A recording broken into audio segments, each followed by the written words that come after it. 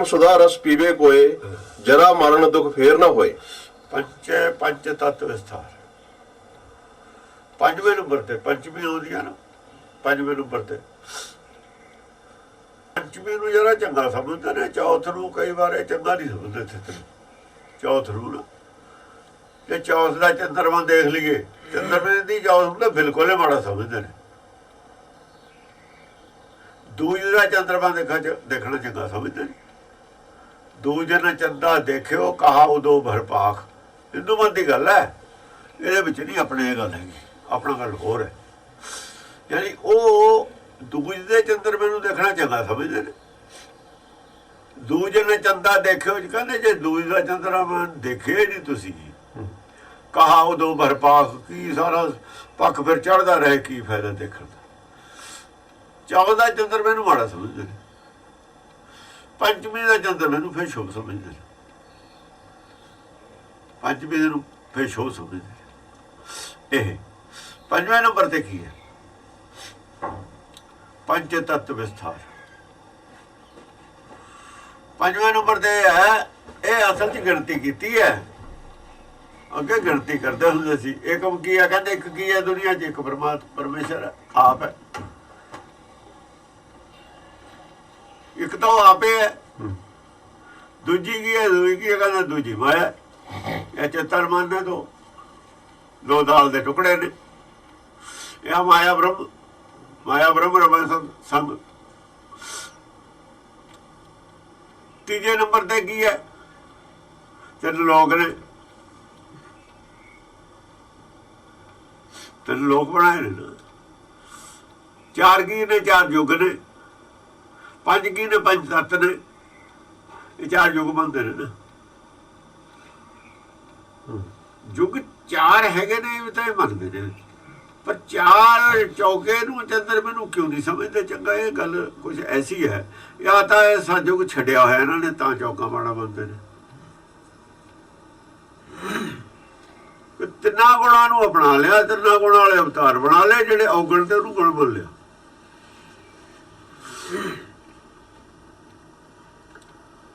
चौथा युग माया च मन के डिलीट करता, माया च मन लिया चौथा युग। ਜਿਹੜੇ ਅਵਤਾਰੀ ਰਾਜੇ ਰੂਜੇ ਨੇ ਨਾ, ਚੰਗਾ ਸਮਾਂ ਜਦੋਂ ਆ ਗਿਆ ਲੋਕਾਂ ਦੇ ਵਿੱਚ, ਇੱਥੇ ਚੰਗਾ ਰਾਜਾ ਹੋ ਗਿਆ, ਇਨਸਾਫ ਹੋ ਗਿਆ, ਵਧੀਆ। ਭਾਵੇਂ ਰਾਜੇ ਦੇ ਨਾਲ ਲੜਨ ਵਾਲੇ ਰਾਖਸ਼ ਵੀ ਉੱਡੇ ਹੀ ਰਹੇ, ਪਰ ਉਹਨੂੰ ਕਹਿੰਦੇ ਜੀ ਸਤਯੁਗ ਹੈ, ਇਹਨਾਂ ਵਾਸਤੇ ਸਤਯੁਗ ਹੋਊਗਾ। ਯਾਨੀ ਜਿਹੜੇ ਰਾਖਸ਼ਾਂ ਰਾਜਾ ਦਾ ਇਹਨਾਂ ਨੂੰ ਖਤਰਾ ਘਟ ਗਿਆ, ਖਤਰਾ ਜਾਂ ਘਟ ਜਾਂਦਾ ਸੀ ਨਾ। ਜਿਵੇਂ ਰਾਮਚੰਦਰ ਨੂੰ ਲੈ ਕੇ ਗਏ ਹੋ ਵੀ ਰਾਖਸ਼ਾਂ ਦਾ ਸਾਨੂੰ ਖਤਰਾ ਹੈ, ਤੂੰ ਚੱਲ ਮਦਦ ਤੇ। ਰਿਸ਼ੀ ਮੁਨੀ ਉਦੋਂ ਖਤਰੇ ਤੋਂ ਨਿਸ਼ਚਿੰਤ ਹੋ ਕੇ ਰਹਿੰਦੇ ਸੀ ਵੀ ਹੁਣ ਰਾਮਚੰਦਰ ਐਡਾ ਸ਼ਕਤੀਸ਼ਾਲੀ ਸਾਡੇ ਕੋਲ ਰਾਜਾ ਹੈ, ਸਾਨੂੰ ਰਾਖਸ਼ਾਂ ਤੋਂ ਖਤਰਾ ਨਹੀਂ। ਉਹਨੂੰ ਸਤਿਯੁਗ ਮੰਨ ਲੈਂਦੇ ਸੀ। ਉਹਨਾਂ ਨੂੰ ਆਪਣਾ ਆਪ ਨੂੰ ਨਹੀਂ, ਹਰ ਵਕਤ ਇਹਨਾਂ ਨੂੰ ਰਾਖਸ਼ਾਂ ਦੀ ਚਿੰਤਾ ਹੀ ਰਹਿੰਦੀ ਸੀ, ਡਰ ਰਹਿੰਦਾ ਸੀ, ਡਰ। ਜੱਗ ਭ੍ਰਸ਼ਟ ਕਰ ਦਿੰਦੇ ਤੇ ਕੋ ਇਹ ਸਾਇਦਾ ਪਖੰਡਵਾਦ, ਯੱਗ ਵਗੈਰਾ ਸਭ ਪਖੰਡਵਾਦ। ਇਸ ਕਰਕੇ ਆ ਜਿਹੜੀ ਸਾਡੀ ਸਰਕਾਰ ਹੈ, ਇਹਨੇ ਵੀ ਇਹ ਜੰਤਰ ਮੰਤਰ, ਜੱਗ ਜੰਤਰ ਮੰਤਰ 'ਚ ਆ ਜਾਂਦੇ ਨੇ। ਇਹ ਸਾਰੇ ਜਿਹੜੇ ਜੱਗ ਨੇ ਨਾ, ਇਹ ਜੰਤਰ ਮੰਤਰ ਐਸੇ ਚੱਲਦੇ ਨੇ। ਉਹੀ ਕਰਾਮਾਤਾਂ 'ਚ ਹੁੰਦਾ ਕੁਝ ਨਹੀਂ ਇਹਨਾਂ ਦੇ ਵਿੱਚ। ਜੇ ਹੁੰਦਾ ਤਾਂ ਹਿੰਦੁਸਤਾਨ ਗੁਲਾਮੇ ਕਿਉਂ ਹੁੰਦਾ, ਕੋਈ ਮੁਗਲ ਨਾ ਹੋਇਆ ਹੁੰਦਾ। ਇਹ ਤਾਂ ਅਰਥ ਚੱਲ ਦੂਏ ਲਾਉਂਦੇ ਨੇ, ਅਸੀਂ ਅਰਥ ਦੇ ਕੁਝ ਹੋਰ ਨੇ। ਜੰਤਰ ਮੰਤਰ ਜੇ ਸੀ ਇਹਨਾਂ ਕੋਲ ਤਾਂ ਉਹ ਹਾਵੀ ਕਿਉਂ ਹੋ ਗਏ, ਦੇਸ਼ ਗੁਲਾਮ ਕਿਉਂ ਹੋ ਗਿਆ, ਗੁਲਾਮ ਹੋ ਗਿਆ ਜੰਤਰ ਮੰਤਰਾਂ ਦੇ ਸਿਰ ਤੇ। ਮੈਂ ਨਹੀਂ ਕੁਛ ਕਰ ਸਕਦਾ, ਦੇਵਤਾ ਉਹ ਮੇਰੀ ਰਾਖੀ ਕਰੂ।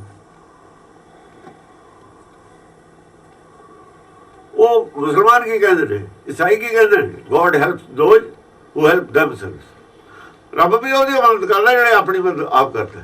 ਇਹੀ ਥਿਊਰੀ ਖਾਲਸੇ ਨੇ ਵਰਤੀ ਹੈ। अपनी मदद आप कर लग गया खालसा, पूरे पूरे ला ले। यही थ्योरी ठीक है। इतने आके जिन्होंने राक्षस कहते हैं ठीक ने, ये गलत ने। जेडे देवते अपने आप को कहते गलत ने। साडे भी यही है, ਵੀ ਜੇ ਪਰਮਾਸ਼ਰ ਦੀ ਨਿਗਾਹ ਸਿੱਧੀ ਹੋਊ ਤਾਂ ਹੀ ਭਗਤੀ ਹੋ ਸਕਦੀ ਹੈ। ਡਿਪੈਂਡੈਂਟ ਗੁਰਬਾਣੀ ਕੀ ਕਹਿੰਦੀ ਆਪਣੇ ਹੱਥੀਂ ਆਪਣਾ ਆਪੇ ਹੀ ਆਪੇ ਵਿਕਾਸ ਹੋਏ। ਜੇ ਵਿਗਾੜਿਆ ਤਾਂ ਸਮਾਰੂ ਕੌਣ? ਵਿਗਾੜਿਆ ਤਾਂ ਸਮਾਰਨਾ ਵੀ ਤੈਨੂੰ ਹੀ ਪੈਣਾ। ਇੱਥੇ ਆ ਕੇ ਉਹ ਠੀਕ ਨੇ, ਇਹ ਤਾਂ ਕਿਤੋਂ ਨਹੀਂ ਠੀਕ। ਅਸਲ ਦੇ ਵਿੱਚ ਜ਼ਿਆਦਾ ਸੰਸ਼ੋਧਨ ਕੀ ਪਟੜੀ ਤੋਂ ਹੀ ਧਰਮ ਇਹਨਾਂ ਨੇ ਲਾਇਆ। ਪੰਡਤ ਨੇ ਸੱਚ ਧਰਮ ਨੂੰ ਰਾਖਸ਼ਾਂ ਨੇ ਪਟੜੀ ਤੋਂ ਨਹੀਂ ਲਾਇਆ ਹੈ, ਬਿਲਕੁਲ ਵੀ ਨਹੀਂ ਲਾਇਆ। ਜੋ ਪਟੜੀ ਇਹਨਾਂ ਦੀ ਮੁਖਾਲਫਤ ਕੀਤੀ ਹੈ ਪਟੜੀ ਤੋਂ ਲਾਉਣ ਕਰਕੇ, ਉਹਨਾਂ ਨੇ ਜੰਤਰ ਮੰਤਰਾਂ ਜੱਗਾਂ ਦੀ ਮੁਖਾਲਫਤ ਕੀਤੀ ਹੈ। ਬਿਲਾ ਸਾਨੂੰ ਕਰ ਲੋ, ਕੀ ਕਰਦੇ ਤੁਸੀਂ ਕਰਦੇ ਹੋ ਜੱਗ ਵੀ ਐਂ ਹੋ ਜੂ ਜਿਹੜਾ ਭ੍ਰਿਸ਼ਟ ਕਰੂ। ਉਹ ਕਹਿੰਦੇ ਅਸੀਂ ਕਰਦੇ ਹਾਂ ਭ੍ਰਿਸ਼ਟ, ਸਾਨੂੰ ਚੜ੍ਹ ਜੇ ਕੀ ਕਰ ਚੜ੍ਹਦਾ ਪਾਪ ਤੁਹਾਡਾ। ਅਸਲ ਗੱਲ ਤਾਂ ਇਹ ਸੀ। ਇਹ ਜੋ ਮਰਜ਼ੀ ਕਹੀ ਜਾਣ, ਇਹ ਜੋ ਮਰਜ਼ੀ ਕਹੀ ਜਾਣ, ਕੋਈ ਕਰਾਮਾਤ ਨੂੰ ਦੀ ਕੋਈ ਚੀਜ਼ ਨਹੀਂ ਹੈ। ਪਰਮੇਸ਼ਰ ਦੀ ਪਾਵਰ ਉਹਦੇ ਆਪਣੇ ਹੱਥ 'ਚ ਰਹਿੰਦੀ ਹੈ। ਜੇ ਆਦਮੀ ਕੋ ਪਾਵਰ ਚਲੀ ਗਈ ਤਾਂ ਪਰਮੇਸ਼ਰ ਨੂੰ ਕਾਬੂ ਕਰ ਲੂ।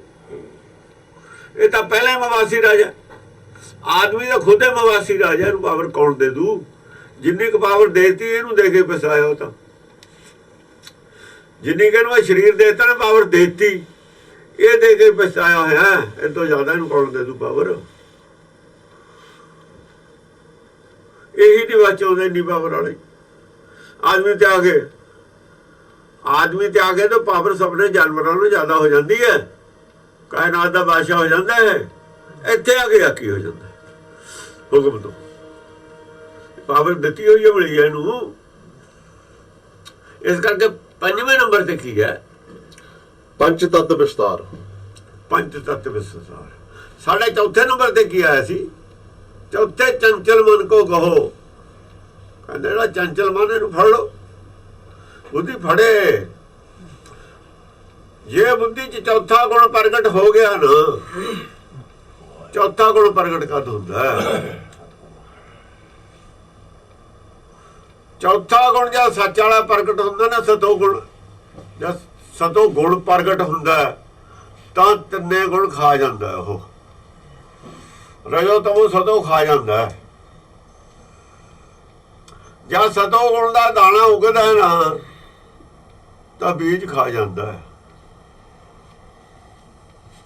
ਦਾਲ ਤੇ ਇੱਕ ਬਣਿਆ, ਪਹਿਲਾਂ ਦਾਲ ਹੈ, ਇੱਕ ਬਣਿਆ, ਇੱਕ ਬਣਿਆ, ਇੱਕ ਸਤੋ ਗੁਣ, ਇੱਕ ਹੀ ਸਤੋ ਗੁਣ। ਜੇ ਇੱਕ ਹੀ ਰਹਿ ਗਿਆ ਨਾ, ਸੰਤੋਖੀ ਹੈ। ਸਤੋ ਗੁਣੀ ਸੰਤੋਖੀ ਨੂੰ ਕਹਿੰਦੇ ਨੇ। ਸੱਚ ਦੀ ਭੁੱਖ ਹੈ, ਮਾਇਆ ਦੀ ਭੁੱਖ ਹੈ ਨਹੀਂ। ਸਤੋ ਗੁਣ ਇਹ ਹੈ। ਉਹ ਸਤੋ ਗੁਣ ਲੋਕ ਨਹੀਂ ਜਿਨ੍ਹਾਂ ਨੂੰ ਮਾਇਆ ਦੀ ਭੁੱਖ ਹੈ, ਭੁਲੇਖੇ 'ਚ ਨਾ ਰਹਿਣ। ਉਹ ਸੰਤਾਂ 'ਚ ਕੋਈ ਸਤੋ ਗੁਣੀ ਨਹੀਂ ਹੈ। ਜਿਨ੍ਹਾਂ ਦਾ ਕੰਮ ਮਾਇਆ ਦੇ ਸਿਰ ਤੇ ਚੱਲਦੀ ਹੈ ਨਾ, ਸੇਵਾ ਲੋਕਾਂ ਦੀ, ਉਹ ਸਤੋ ਗੁਣੀ ਨਹੀਂ ਹਨ। ਜਿਨ੍ਹਾਂ ਦੇ ਗਿਆਨ ਦੇ ਸਿਰ ਤੇ ਧਰਮ ਚੱਲਦਾ ਹੈ, ਜੇ ਗਿਆਨ ਤਹਿ ਧਰਮ ਹੈ, ਉਹ ਸਤੋ ਗੁਣੀ। ਜਿਹੜਾ ਮਾਇਆ ਇਕੱਠੀ ਕਰਕੇ ਲੋਕਾਂ ਤੇ ਕੁਝ ਵੀ ਕਰਦੇ ਨੇ, ਚਾਹੇ ਆਪਣੇ ਤੇ ਨਹੀਂ ਖਰਚ ਕਰਦੇ, ਉਹ ਸਤੋ ਗੁਣੀ ਨਹੀਂ ਹੁੰਦੇ। ਉਹ ਤਮੋ ਗੁਣੀ ਰਜੋ ਗੁਣੀ ਨਾਲ ਨੇ, ਸਤੋ ਗੁਣੀ ਦੇ ਤਿੰਨੇ ਗੁਣ ਇਕੱਠੇ ਨੇ ਉੱਥੇ। ਸਲਾਹ ਉਹਨਾਂ ਨੂੰ ਰਜੋ ਗੁਣੀ ਆਦਮੀ ਦੇ ਰਹੇ ਨੇ। ਜ਼ਿਆਦਾ ਰਜੋ ਗੁਣੀ ਆਦਮੀ ਉਹਦੇ ਸਲਾਹੀਏ ਨੇ, ਉਹਨਾਂ ਦੀ ਸਲਾਹ ਮੰਨਦੇ ਨੇ। ਸਲਾਹ ਉਹਨਾਂ ਦੀ ਨਾਲ ਚੱਲਦੇ ਨੇ। ਜਿਹੜਾ ਗੁਰੂ ਹੁੰਦਾ ਕਿਸੇ ਦੀ ਸਲਾਹ ਨਾਲ ਨਹੀਂ ਚੱਲਦਾ। ਪਰਮੇਸ਼ਰ ਕਿਸੇ ਦੀ ਸਲਾਹ ਨਹੀਂ ਮੰਨਦਾ। ਬ੍ਰਹਮ ਗਿਆਨੀ ਕਿਸੇ ਦੀ ਸਲਾਹ ਨਹੀਂ ਮੰਨਦਾ। ਗੁਰਮੁਖ ਕਿਸੇ ਦੀ ਸਲਾਹ ਨਹੀਂ ਮੰਨਦਾ। ਜੇ ਸਲਾਹ ਮੰਨੂ ਥੱਲੇ ਦੇ ਨੇ, ਸਲਾਹ ਦੇਣੇ ਵਾਲੇ ਉੱਥੇ ਸਲਾਹ ਦੇਣੇ ਵਾਲੇ ਗੁਰਮੁਖ ਦੇ ਸਭ ਥੱਲੇ ਦੇ ਨੇ। ਉਹ ਤਾਂ ਉਹਨੂੰ ਲਿਆਉਣਗੇ ਨਰਕ 'ਚ। ਜੇ ਸਲਾਹ ਵਾਲਿਆਂ ਦੀ ਸਲਾਹ ਮੰਨਣ ਲੱਗ ਗਿਆ, ਨਰਕ 'ਚ ਲੈ ਜਾਣਗੇ ਘੜੀਸ ਕੇ, ਜਿੱਥੇ ਆਪ ਖੜੇ ਰਹੇ ਹੋ। ਇਹ ਨਹੀਂ ਮੰਨੀ ਦੀ ਹੁੰਦੀ ਸਲਾਹ, ਮੰਨੀ ਉਹ ਨਹੀਂ ਜਾ ਸਕਦੀ ਸਲਾਹ। ਸਮਝਦਾਰ ਆਦਮੀ ਮੂਰਖਾਂ ਦੀ ਸਲਾਹ ਨਹੀਂ ਮੰਨਦੇ ਹੁੰਦੇ। ਜਿਹੜੇ ਮੂਰਖਾਂ ਦੀ ਸਲਾਹ ਮੰਨਦੇ ਨੇ ਉਹ ਸਮਝਦਾਰ ਹੁੰਦੇ ਹੀ ਨਹੀਂ। ਸਰਕਾਰਾਂ ਕਿਉਂ ਫੇਲ ਹੁੰਦੀਆਂ ਨੇ? ਸਰਕਾਰਾਂ ਨੂੰ ਕਿਉਂ ਹੁੰਦਾ? ਸਰਕਾਰਾਂ ਦੀ ਮਜਬੂਰੀ ਹੈ ਕਿ ਬੇਵਕੂਫਾਂ ਦੀ ਸਲਾਹ ਮੰਨਦੇ ਨੇ ਵਿਦਵਾਨਾਂ ਦੀ। ਵਿਦਵਾਨ ਪੂਰੀ ਅਕਲ ਦੇ ਮਾਲਕ ਨਹੀਂ। ਇਹਨਾਂ ਦੀਆਂ ਸਲਾਹਾਂ ਮੰਨ ਕੇ ਹੀ ਸਾਰਾ ਨੁਕਸਾਨ ਹੋ ਰਿਹਾ ਸੰਸਾਰ ਦਾ। ਜਿੰਨੇ ਕੰਮ ਸਰਕਾਰ ਨੇ ਸਕੀਮਾਂ ਬਣਾਈਆਂ ਨੇ, ਕੈਲਕੂਲੇਟ ਕਰ ਲੈਣ, ਉਹਨਾਂ 'ਚੋਂ 80-90% ਸਕੀਮਾਂ ਸਾਰੀਆਂ ਨੁਕਸਾਨਦੇਹ ਹਨ, ਤਾਂ ਬਦਲਣੀਆਂ ਪੈਂਦੀਆਂ ਨੇ। ਸਲਾਹ ਦੇਈ ਜਾਂਦੇ ਨੇ, ਮੰਨੀ ਜਾਂਦੇ, ਸਲਾਹ ਦੇਈ ਜਾਂਦੇ ਨੇ, ਮੰਨੀ ਜਾਂਦੇ ਨੇ। ਸਲਾਹ ਨਹੀਂ ਮੰਨਦੇ ਹੁੰਦੇ ਸਿਆਣੇ ਆਦਮੀ। ਵੱਡੇ ਵੱਡੇ ਅਵਤਾਰ ਜਿਹੜੇ ਉਹਨਾਂ ਨੂੰ ਸਲਾਹ ਨਹੀਂ ਮੰਨੀ ਕਿਸੇ ਦੀ, ਆਪ ਸਾਰਿਆਂ ਨੂੰ ਸਿਆਣੇ ਤੇ ਆਪਣੀ ਮਰਜ਼ੀ ਚਲਾਈ ਉਹਨੇ, ਸਲਾਹ ਨਹੀਂ ਮੰਨੀ। ਕ੍ਰਿਸ਼ਨ ਕਿਸੇ ਦੀ ਸਲਾਹ ਨਹੀਂ ਮੰਨ ਰਿਹਾ, ਇਸ ਕਰਕੇ ਕਾਮਯਾਬ ਹੈ। ਰਾਮਚੰਦਰ ਸਲਾਹ ਮੰਨ ਰਿਹਾ, ਇਸ ਕਰਕੇ ਨਾ ਕਾਮਯਾਬ ਹੈ। ਰਾਮਚੰਦਰ ਨੇ ਸੀਤਾ ਦੀ ਸਲਾਹ ਮੰਨੀ, ਸੀਤਾ ਹੀ ਗਵਾ ਲਈ।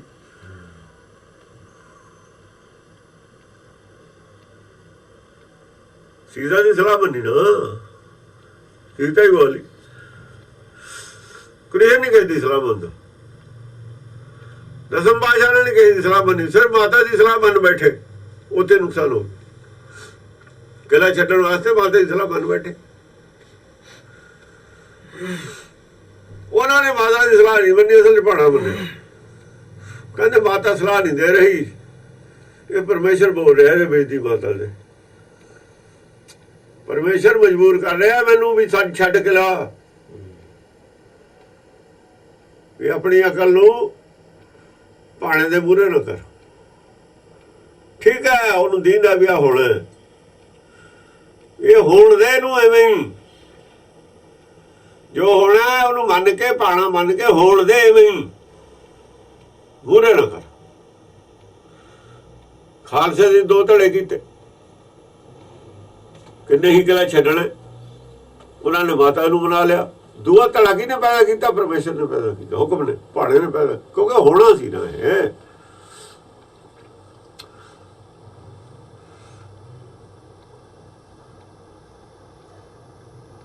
ਸਰਹੰਦਾਂ ਨੂੰ ਫਤਿਹਗੜ੍ਹ ਸਾਹਿਬ ਕਿਵੇਂ ਰੱਖਿਆ ਜਾਂਦਾ? ਇਹ ਨਹੀਂ ਸੀ ਰੱਖਣਾ। ਫਿਰ ਫਤਿਹਗੜ੍ਹ ਸਾਹਿਬ ਨਹੀਂ ਸੀ ਬਣਨਾ, ਫਿਰ ਸਰਹੰਦੇ ਰਹਿੰਦਾ ਆ ਲੋ। ਕਿਲੇ ਦੇ ਨਿਸ਼ਾਨ ਨਹੀਂ ਸੀ ਚੱਲਣਾ ਪਰਮੇਸ਼ਰ ਦਾ, ਫਿਰ ਕੁਛ ਹੋ ਰਿਹਾ ਹੁੰਦੀ ਖੇਡ। ਇਹ ਹੋਣਾ ਸੀ ਨਾ ਸਭ ਕੁਛ।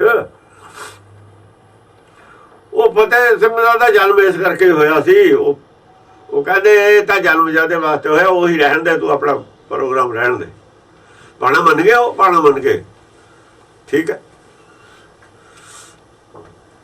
ਪਤਾ ਸੀ ਉਹਨਾਂ ਨੂੰ ਵੇਮਲਾ ਹੁਣ ਸਾਰੀ ਗੱਲ ਦਾ। ਕਹਿਣ ਦਾ ਮਤਲਬ ਕਿਸੇ ਦੀ ਗੱਲ ਨਹੀਂ ਮੰਨਦੇ ਹੁੰਦੇ।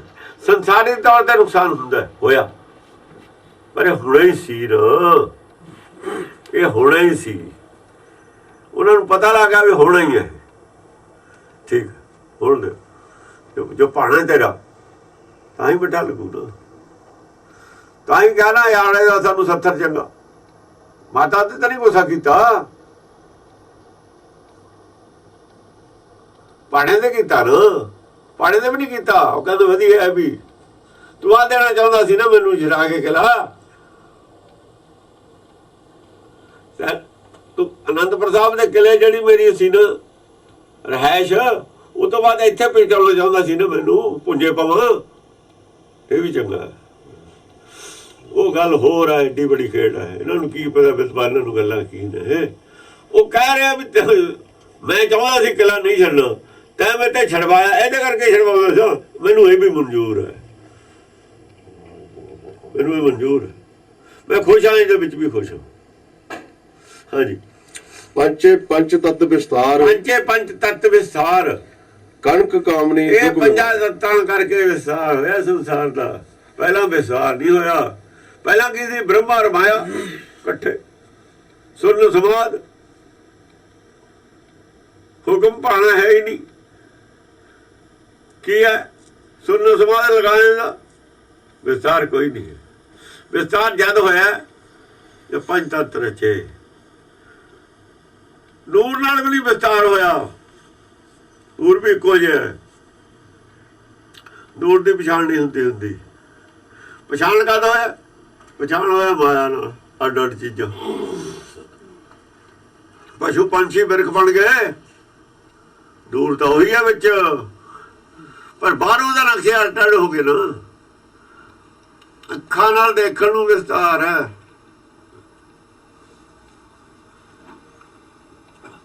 ਆ ਜਿਹੜੀਆਂ ਜੂਨੀਆਂ 84 ਲੱਖ ਦਾ ਵਿਸਤਾਰ ਹੈ ਨਾ,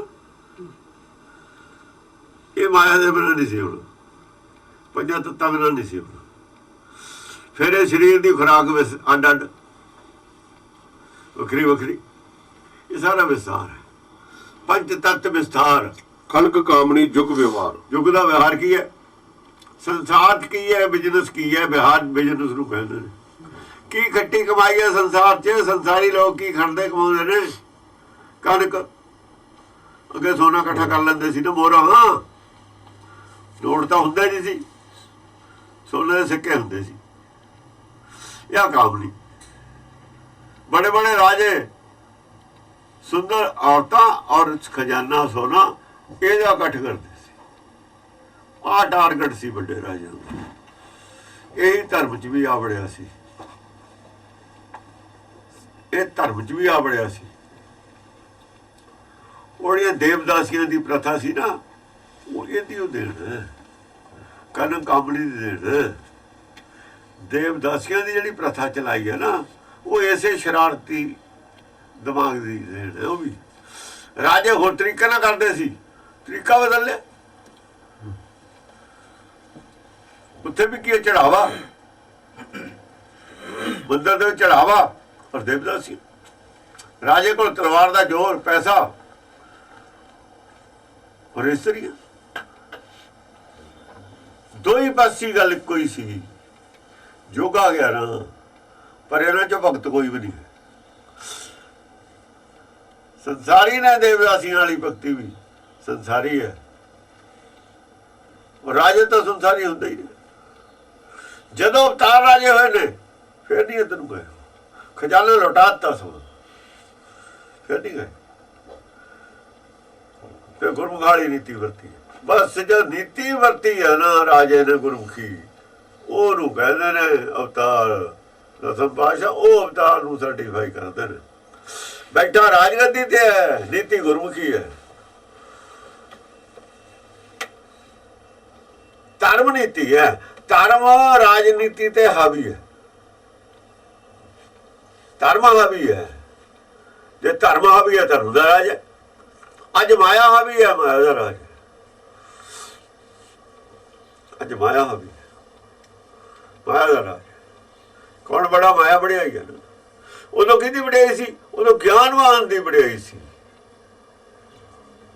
ਗਿਆਨਵਾਨ ਨੂੰ ਵਡਿਆਈ ਸੀ। ਗਿਆਨਵਾਨ ਦਾ ਖਰਚ ਸਭ ਤੋਂ ਘੱਟ, ਲੋੜਾਂ ਸਭ ਤੋਂ ਘੱਟ। ਰਿਸ਼ੀ ਮੁਨੀ ਦੀਆਂ ਲੋੜਾਂ ਇਸ ਪੱਖੋਂ ਚੰਗੇ ਸੀ। ਰਿਸ਼ੀ ਮੁਨੀ ਗਿਆਨ ਭਾਵੇਂ ਘੱਟ ਸੀ, ਖਰਚੇ ਸਭ ਤੋਂ ਘੱਟ, ਜ਼ਿੰਦਗੀ ਬਿਲਕੁਲ ਸਾਦੀ। ਔਰ ਰਿਸ਼ੀ ਮੁਨੀ ਵੀ ਨਹੀਂ ਗਏ ਦੇਵਦਾਸੀਆਂ ਕੋਲ, ਇਹ ਵੀ ਨਹੀਂ ਗਏ। ਉਹ ਵਾਹ ਮਰ ਗਏ ਨੇ ਜਿਹੜੇ ਗਏ ਨੇ। ਰਿਸ਼ੀ ਮੁਨੀ ਨਹੀਂ ਗਏ ਇੱਧਰ। ਇਸੇ ਕਰਕੇ ਉਹਨਾਂ ਦੀ ਇੱਜ਼ਤ ਵੀ ਹੈ। ਅੱਜ ਇੱਜ਼ਤ ਇਸੇ ਕਰਕੇ ਉਹਨਾਂ ਦੀ। ਉਹਨਾਂ ਨੂੰ ਲੋਕ ਮੰਨੀ ਬੈਠੇ ਨੇ, ਸ਼ਾਇਦ ਉਹ ਆਮ ਲੋਕ ਵਿਦਵਾਨ ਉਹਨਾਂ ਨੂੰ ਮੰਨੀ ਬੈਠੇ ਨੇ ਵੀ ਉਹ ਬਹੁਤ, ਵੀ ਉਦੋਂ ਉੱਤੇ ਸ਼ਾਇਦ ਕੋਈ ਥਾ ਹੀ ਨਹੀਂ। ਉਹ ਤਾਂ ਭਗਤਾਂ ਨੇ ਦੱਸਿਆ ਨਾ, ਉਦੋਂ ਉੱਤੇ ਹੋਰ ਕੀ ਹੈ। ਉਹ ਗਿਆਨ ਨਹੀਂ ਸੀ ਰਿਸ਼ੀਆਂ ਕੋਲ ਜੇ ਚਾਹੀਦਾ, ਕਿਉਂਕਿ ਸੁਣਨ ਨਾਲ ਮੁੰਡਿਆਂ ਨੂੰ ਅੰਮ੍ਰਿਤ ਖੋਜਦੇ ਰਹੇ ਨੇ। ਖੋਜਦੇ ਜ਼ਰੂਰ ਸੀ, ਅੰਮ੍ਰਿਤ ਮਿਲਿਆ ਨਹੀਂ ਉਹਨਾਂ ਨੂੰ। ਸਮਝ ਨਹੀਂ ਸਕੇ ਪੰਡਤ ਨੇ ਜਿਹੜੀ ਬਾੜ ਕਿੱਥੋਂ ਪੜਤੀ। ਕਈ ਵਾਰ ਮੰਨਦੇ ਵੀ ਨਹੀਂ ਸੀ। ਅੱਜ ਵੀ ਕਿਹੜਾ ਮੰਨਦੇ ਨੇ? ਗੁਰੂ ਨਾਨਕ ਤੋਂ ਕਿਹੜਾ ਪੰਡਤ ਮੰਨ ਗਏ? ਧੜੇਬੰਦੀ ਬਣ ਜਾਂਦੀ ਹੈ, ਹੋਵੇ ਆ ਜਾਂਦੀ ਹੈ, ਆਪਣਾ ਆਪਣਾ ਧਰਮ ਬਣ ਜਾਂਦਾ ਹੈ। ਪਤਾ ਲੱਗੇ ਤੇ ਵੀ ਨਹੀਂ ਮੰਨਦੇ ਲੋਕ, ਏਦਾਂ ਹੋਏ ਜਾਂਦਾ। ਹਾਂਜੀ। ਪ੍ਰੇਮ ਸੁਧਾ ਰਸ ਪੀਵੇ ਕੋਏ, ਜਰਾ ਮਰਨ ਦੁੱਖ ਫੇਰ ਨਾ ਹੋਏ। ਇਹਦੇ ਵਿੱਚ ਯੁੱਗ ਦੇ ਵਿੱਚ ਵਿਹਾਰ ਕੀ? ਕਨਕ ਕਾਮਣੀ, ਇਹ ਤਾਂ ਯੁੱਗ ਦਾ ਵਿਹਾਰ ਹੈ। ਪਰ ਇੱਥੇ ਆਇਆ ਕੀ ਕਰਨਾ ਹੈ? ਪ੍ਰੇਮ ਸੁਧਾ ਰਸ ਪੀਣ ਆਇਆ ਹੈ। ਸੁਧਾ ਅੰਮ੍ਰਿਤ ਨੂੰ ਕਹਿੰਦੇ। ਪ੍ਰੇਮ ਅਸਲ ਦੇ ਵਿੱਚ ਆਪਣੇ ਆਪ 'ਚ ਸੁਧਾ ਰਸ ਹੈ। ਪ੍ਰੇਮ ਉਸ ਬਿਮਾਰੀ ਨੂੰ ਕਹਿੰਦੇ ਨੇ ਜਿਹੜੀ ਮਰਦੀ ਨਹੀਂ। ਪ੍ਰੇਮ ਦਾ ਰੰਗ ਜੇ ਚੜ੍ਹ ਜਾਵੇ ਫਿੱਕਾ ਪੈਂਦਾ ਹੀ ਨਹੀਂ। ਨਾਮ ਦਾ ਰੰਗੇ ਹੁੰਦਾ ਪ੍ਰੇਮ ਦਾ। ਪ੍ਰੇਮ ਦਾ ਅਸਲ ਤੇ ਨਾਮ ਹੈ, ਰੰਗ ਹੈ, ਨਾਮ ਹੈ, ਅਰਥ ਹੈ। ਪ੍ਰੇਮ ਨੂੰ ਵੀ ਪਦਾਰਥ ਕਿਹਾ, ਨਾਮ ਨੂੰ ਵੀ ਪਦਾਰਥ ਕਿਹਾ। ਪ੍ਰੇਮ ਉਹ ਨਾਮ ਪਦਾਰਥ ਨਹੀਂ ਜਿਹੜਾ ਦਰਗਾਹ ਚੋਂ ਮਿਲਦਾ, ਉਹ ਨਹੀਂ ਹੈਗਾ ਪ੍ਰੇਮ ਪਦਾਰਥ। ਇਹ ਪ੍ਰੇਮ ਪਦਾਰਥ ਗਿਆਨ ਪਦਾਰਥ ਜਿਹੜਾ ਅਸੀਂ ਹਾਸਲ ਕਰਦੇ ਉਹ ਪਦਾਰਥ ਹੈ। ਕਿ ਪ੍ਰੇਮ ਪੈਦਾ ਕਰਨਾ ਸਾਡੀ ਜ਼ਿੰਮੇਵਾਰੀ ਹੈ। ਅਸੀਂ ਪੈਦਾ ਕਰ ਸਕਦੇ ਹਾਂ ਪ੍ਰੇਮ। ਨਫ਼ਰਤ ਵੀ ਪੈਦਾ ਕਰ ਸਕਦੇ ਹਾਂ, ਪ੍ਰੇਮ ਵੀ ਪੈਦਾ ਕਰ ਸਕਦੇ ਹਾਂ। ਇਸ ਕਰਕੇ ਸਰਕਾਰ ਜੋ ਮਿਲਣਾ ਨਹੀਂ ਹੈ, ਸਾਡੇ ਵੱਸ ਦੀ ਗੱਲ ਹੈ। ਕਿਸੇ ਨਾਲ ਪ੍ਰੇਮ ਕਰੀਏ ਨਾ ਕਰੀਏ, ਸਾਡੇ ਵੱਸ ਦੀ ਗੱਲ ਹੈ ਨਾ, ਤੇ ਉਹ ਸਾਡੇ ਵੱਸ ਦਾ ਨਹੀਂ ਨਾਮ ਹੈਗਾ। ਹੈ ਤਾਂ ਪ੍ਰੇਮ ਦਾ ਅਰਥ ਨਾਮ ਹੈ, ਪਰ ਉਹ ਬਿਨਾਂ ਕੰਨਾਂ ਤੇ ਸੁਣਨ ਵਾਲਾ ਨਾਮ ਨਹੀਂ ਹੈ। ਇਹ ਪ੍ਰੇਮ ਵੀ ਮਾਰਨ ਵਾਲਾ ਹੀ ਹੈ। ਜਿਹਦੇ ਅੰਦਰ ਪ੍ਰੇਮ ਪੈਦਾ ਹੋ ਜਾਂਦਾ ਹੈ, ਉਹ ਮਰ ਜਾਂਦਾ ਹੈ। ਉਹ ਕਿਸੇ ਦਾ ਪੁੱਤ ਨਹੀਂ ਰਹਿੰਦਾ, ਕਿਸੇ ਦਾ ਬਾਪ ਨਹੀਂ ਰਹਿੰਦਾ, ਕਿਸੇ ਦਾ ਭਾਈ ਨਹੀਂ ਰਹਿੰਦਾ, ਮਰ ਗਿਆ। ਰਿਸ਼ਤੇ ਮਰ ਗਿਆ, ਸਭ ਦਾ ਹੀ ਭਾਈ ਹੈ, ਮਰ ਗਿਆ ਨਾ। ਫਿਰ ਉਹ ਤਾਂ ਸਭ ਦਾ ਹੋ ਗਿਆ, ਆਪੇ ਮਰ ਗਿਆ। ਕੋਈ ਉਹਦਾ ਧਰਮ ਨਹੀਂ ਰਹਿੰਦਾ ਖਾਸ, ਕੋਈ ਉਹਦਾ ਜਾਤ ਗੋਤ ਨਹੀਂ ਰਹਿੰਦੀ, ਮਰ ਗਿਆ। ਫਿਰ ਉਹ ਛੁੱਟ ਗਈ, ਸੰਸਾਰੀ ਛੁੱਟ ਗਈ, ਸੰਸਾਰੀ ਦ੍ਰਿਸ਼ਟੀਕੋਣ ਤੋਂ ਮਰ ਗਿਆ। ਇੱਛਾ ਨਹੀਂ ਕੋਈ ਰਹਿੰਦੀ, ਸੰਸਾਰ ਦੀ ਇੱਛਾ ਹੀ ਨਹੀਂ ਰਹਿੰਦੀ, ਕਿ ਉਹ ਜੋਤ ਨਾਲ ਜੁੜ ਗਿਆ, ਸੰਸਾਰ ਨੂੰ ਛੱਡ ਗਿਆ, ਮਾਇਆ ਨੂੰ ਛੱਡ ਗਿਆ। ਅਸੀਂ ਮਾਇਆ ਦੇ ਸਰੀਰ ਦੇਖ ਕੇ ਆਪਣਾ ਪਰਾਇਆ ਬਣਾਉਂਦੇ। ਇਹ ਹਿੰਦੁਸਤਾਨੀ ਹੈ, ਪੰਜਾਬੀ ਹੈ, ਫਿਰ ਇਹਦਾ ਜ਼ਿਲ੍ਹਾ ਕਿਹੜਾ ਹੈ, ਫਿਰ ਇਹਦਾ ਸ਼ਹਿਰ ਕਿਹੜਾ, ਤਹਿਸੀਲ ਕਿਹੜੀ ਹੈ, ਮਹੱਲਾ ਕਿਹੜਾ ਹੈ, ਖਾਨਦਾਨ ਕਿਹੜਾ ਹੈ, ਉਹ ਨਹੀਂ ਬਣਾ ਸਕਦੇ। ਤਾਂ ਉਹ ਕਹਿੰਦਾ ਮਾਨਸ ਕੀ ਜਾਤ ਸਭ ਹੈ, ਇੱਕ ਹੀ ਪਹਿਚਾਨ, ਬਸ। ਇਹ ਤੋਂ ਬਾਅਦ ਇੱਕ ਹੋਰ ਸਟੈਪ ਫਿਰ ਗਾਹਾਂ। ਇਹ ਤਾਂ ਆ ਗਿਆ ਆਦਮੀ ਤੇ ਸਿਰਫ। फिर कहाँ जा देखा सब जी तुम्हारे जी तू जिया का दातार। वो जी आ गए सारे, जी जंत के ठाकुर, वो सारे जी आ गए।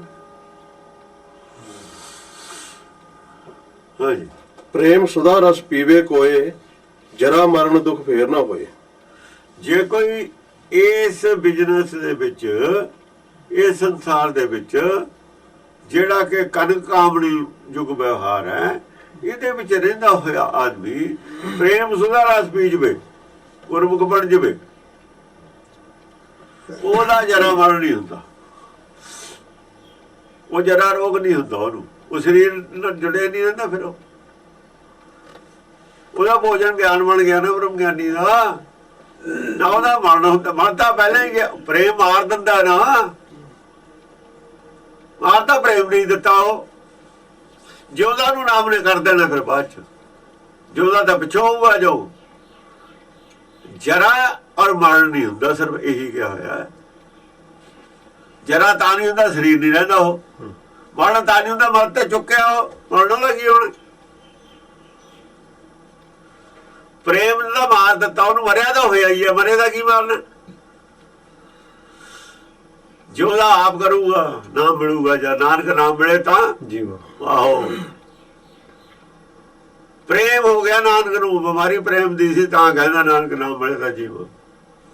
ਤਾਂ ਹੀ ਤਾਂ ਕਰਦੇ ਨੇ ਛੱਡਤੇ, ਉਹਦੇ ਵਾਸਤੇ ਸੰਸਾਰ ਸਾਰਾ ਆਪਣਾ ਹੀ ਹੈ, ਵੀ ਭਲਾ ਕਰੋ। ਕਰਦੇ ਤਾਂ ਮੰਨਦੇ ਨਹੀਂ, ਭਲਾ ਕਰਾਉਂਦੇ ਨਹੀਂ। ਬਾਹਰ ਨਾ ਕਰ ਲੋ ਕਿਸੇ ਦਾ, ਕਿਸੇ ਦਾ ਬਾਹਰੇ ਕਰ ਲੋ।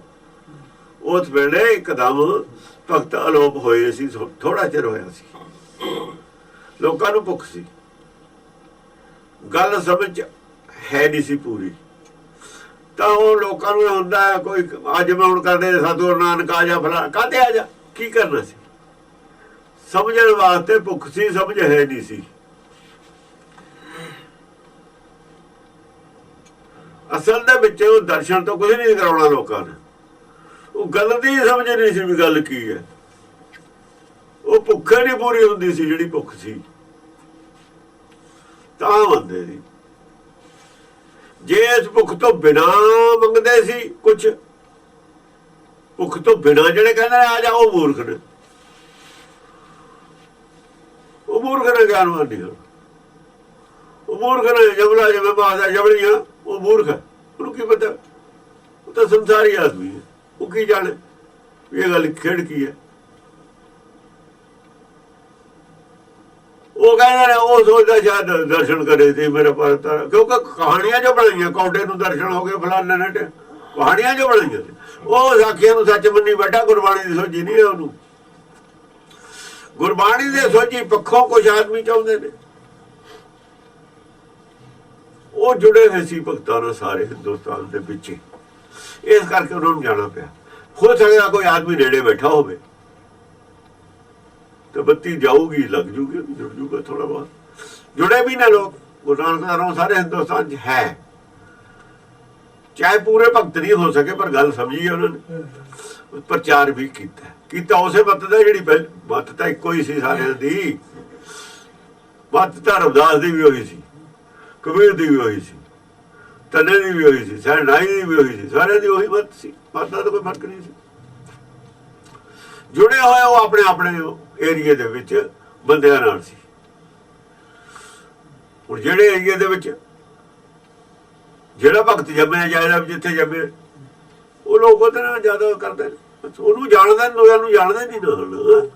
ਜਾਣਕਾਰੀ ਦੀ ਗੱਲ ਹੈ ਨਾ, ਉਹਦੀ ਭਾਸ਼ਾ ਵੀ ਉਹੀ ਸਮਝਦੇ ਸੀ। ਗੁਰੂ ਨਾਨਕ ਦਾ ਜਨਮ ਪੰਜਾਬ 'ਚ ਹੋਇਆ, ਇਸ ਕਰਕੇ ਪੰਜਾਬ ਵਾਲਿਆਂ ਨੇ ਹਾਈਲਾਈਟ ਇਹਨਾਂ ਨੂੰ ਕੀਤਾ, ਗੁਰੂ ਨੂੰ ਜ਼ਿਆਦਾ, ਭਗਤਾਂ ਨੂੰ ਘੱਟ ਕੀਤਾ, ਇਹਨਾਂ ਨੂੰ ਕੀਤਾ। ਇੱਥੇ ਹੀ ਅੱਗ ਥੋੜ੍ਹੀ ਜਿਹੀ, ਇੱਥੇ ਹੀ ਗੁਰਦੁਆਰੇ ਵਗੈਰਾ ਇਹੀ ਝੰਡਾ ਬਰਦਾਰ ਰਹਿ ਗਏ। ਅਸਲ 'ਚ ਇਸ ਮੱਤ ਤੇ ਝੰਡਾ ਬਰਦਾਰ ਇਹ ਰਹਿ ਗਏ। ਇਹਨਾਂ ਨੇ ਜ਼ਿਆਦਾ ਗੁਰੂਆਂ ਨੂੰ ਹਾਈਲਾਈਟ ਕਰਤਾ। ਇਹ ਗਲਤੀ ਵੀ ਕੀਤੀ ਹੈ, ਸਮਝਦਾਰੀ ਨਹੀਂ ਕੀਤੀ ਹੈ। ਇਹਦੇ ਨਾਲ ਕੀ ਹੋ ਗਿਆ, ਫਰਕ ਪੈ ਗਿਆ ਦੋਨਾਂ ਦੇ ਮਨ 'ਚ। ਏਕਤਾ ਲੈ ਕੇ ਚੱਲਣੀ ਚਾਹੀਦੀ ਸੀ। ਨਾਲੇ ਧਾਰਮਿਕ ਲੋਕ ਰਹੇ ਨਾ ਜਿਨ੍ਹਾਂ ਦੇ ਕੋਲ ਆ ਗਈ ਅਸਲ ਦੇ ਵਿੱਚ ਝੰਡਾ ਬਰਦਾਰੀ, ਉਹ ਧਾਰਮਿਕ ਲੋਕ ਰਹੇ ਵੀ ਨਾ, ਧਾਰਮਿਕ ਹੈ ਵੀ ਨਹੀਂ ਸੀ। ਉਹਨਾਂ ਦਾ ਦੇਸੀ ਕੋਲ ਰਾਜ ਕਰਨ ਦਾ ਹੋ ਗਿਆ, ਜ਼ਿਆਦਾ ਮਾਇਆਧਾਰੀ ਹੋ ਗਏ ਵੀ। ਜੋ ਦ੍ਰਿਸ਼ਟੀਕੋਣ ਬਦਲੂਗਾ ਫਿਰ ਆਜੂਗਾ, ਦ੍ਰਿਸ਼ਟੀਕੋਣ ਬਦਲੇ ਤੇ ਸਾਰੇ ਇੱਕੋ ਹੋ ਜਾਣਗੇ ਫਿਰ। ਹਾਂਜੀ, ਪ੍ਰੇਮ ਸੁਧਾ ਰਸ ਪੀਵੇ ਕੋਏ, ਜਰਾ ਮਰਨ ਦੁੱਖ ਫੇਰ ਨਾ ਹੋਏ। ਹਾਂ, ਕੋਈ ਐਸਾ ਵੀ ਆਦਮੀ ਹੁੰਦਾ ਹੈ, ਕੋਈ ਵੇਲਾ ਜਿਹੜਾ ਪ੍ਰੇਮ ਸੁਧਾ ਰਸ ਪੀ ਲੈਂਦਾ ਹੈ, ਜਿਹਨੂੰ ਨਾਮ ਮਿਲ ਜਾਂਦਾ ਹੈ, ਫਿਰ ਉਹ ਜਰਾ ਮਰਨ ਤੋਂ ਪਰੇ ਚਲਾ ਜਾਂਦਾ, ਫਿਰ ਉਹ ਗੁਰਮੁਖ ਹੋ ਜਾਂਦਾ, ਫਿਰ ਉਹਦੀ ਗਿਣਤੀ ਭਗਤਾਂ ਚਲੀ ਜਾਂਦੀ ਹੈ, ਫਿਰ ਉਹ ਦਾਸ ਬਣ ਜਾਂਦਾ। ਗੁਰੂ ਨਹੀਂ ਬਣਦਾ, ਦਾਸ ਬਣ ਜਾਂਦਾ। ਜੋ ਮਿਟ ਗਿਆ ਨਾ, ਉਹ ਦਾਸ ਹੋ ਗਿਆ। ਆਪਣੀ ਮਰਜ਼ੀ ਨਾਲ ਜਿਹਦੀ ਰਹੀ ਉਹਦਾ ਦਾਸ। ਗੁਰੂ ਉਹ ਹੈ ਜਿਹੜਾ ਕਿਸੇ ਦੀ ਨਹੀਂ ਮੰਨਦਾ, ਆਪਣੀ ਮਰਜ਼ੀ ਚਲਾਉਂਦਾ। ਦਾਸ ਉਹ ਹੈ ਜਿਹਦੀ ਮਰਜ਼ੀ ਕੋਈ ਨਹੀਂ ਹੁੰਦੀ, ਗੁਰੂ ਦੀ ਮਰਜ਼ੀ ਮਗਰ ਚੱਲਦਾ। ਨਾਨਕ ਗੁਰੂ ਪਰਮੇਸ਼ਰ ਦੀ ਮਰਜ਼ੀ ਮਗਰ ਚੱਲਦਾ, ਨਾਨਕ ਦਾਸ ਹੈ, ਗੁਰੂ ਨਹੀਂ ਹੈ। ਜਿਹੜੇ ਸੰਸਾਰੀ ਗੁਰੂ ਨੇ ਉਹ ਪਰਮੇਸ਼ਰ ਦੇ ਹੁਕਮ ਤੋਂ ਆਕੀ ਨੇ ਸਾਰੇ। ਆਪਣਾ ਹੁਕਮ ਜਿੱਥੇ ਆਦਮੀ ਚਲਾਊਗਾ ਉਹ ਤੇ ਆਕੀ ਹੋ ਕੇ ਚਲਾਊਗਾ। ਇਹ ਗੱਲ ਦੀ ਜਿਹੜੀ ਸਮਝ ਹੈ, ਇਹ ਗੱਲ ਦੀ ਜਿਹੜੀ ਬਰੀਕੀ ਹੈ, ਇਹ ਪਕੜ ਤੇ ਬਾਹਰ ਹੋ ਗਈ ਵਿਦਵਾਨਾਂ ਦੇ। ਸਿੱਖਾਂ ਦੇ ਤਾਂ ਪਕੜ ਤੇ ਬਾਹਰ ਹੋਈ ਹੈ। ਸਿੱਖਾਂ ਨੂੰ ਤਾਂ ਨਾਲੇ ਲੈਣਾ ਹੀ ਕੁਛ ਨਹੀਂ, ਗੁਰਮਤਿ ਉਹਨਾਂ ਨੂੰ ਕੁਛ ਨਹੀਂ ਲੈਣਾ ਦੇਣਾ ਹਾਲੇ। ਉਹਨਾਂ ਦਾ ਹੋਏ ਦੇਸੀ ਕੋਲ।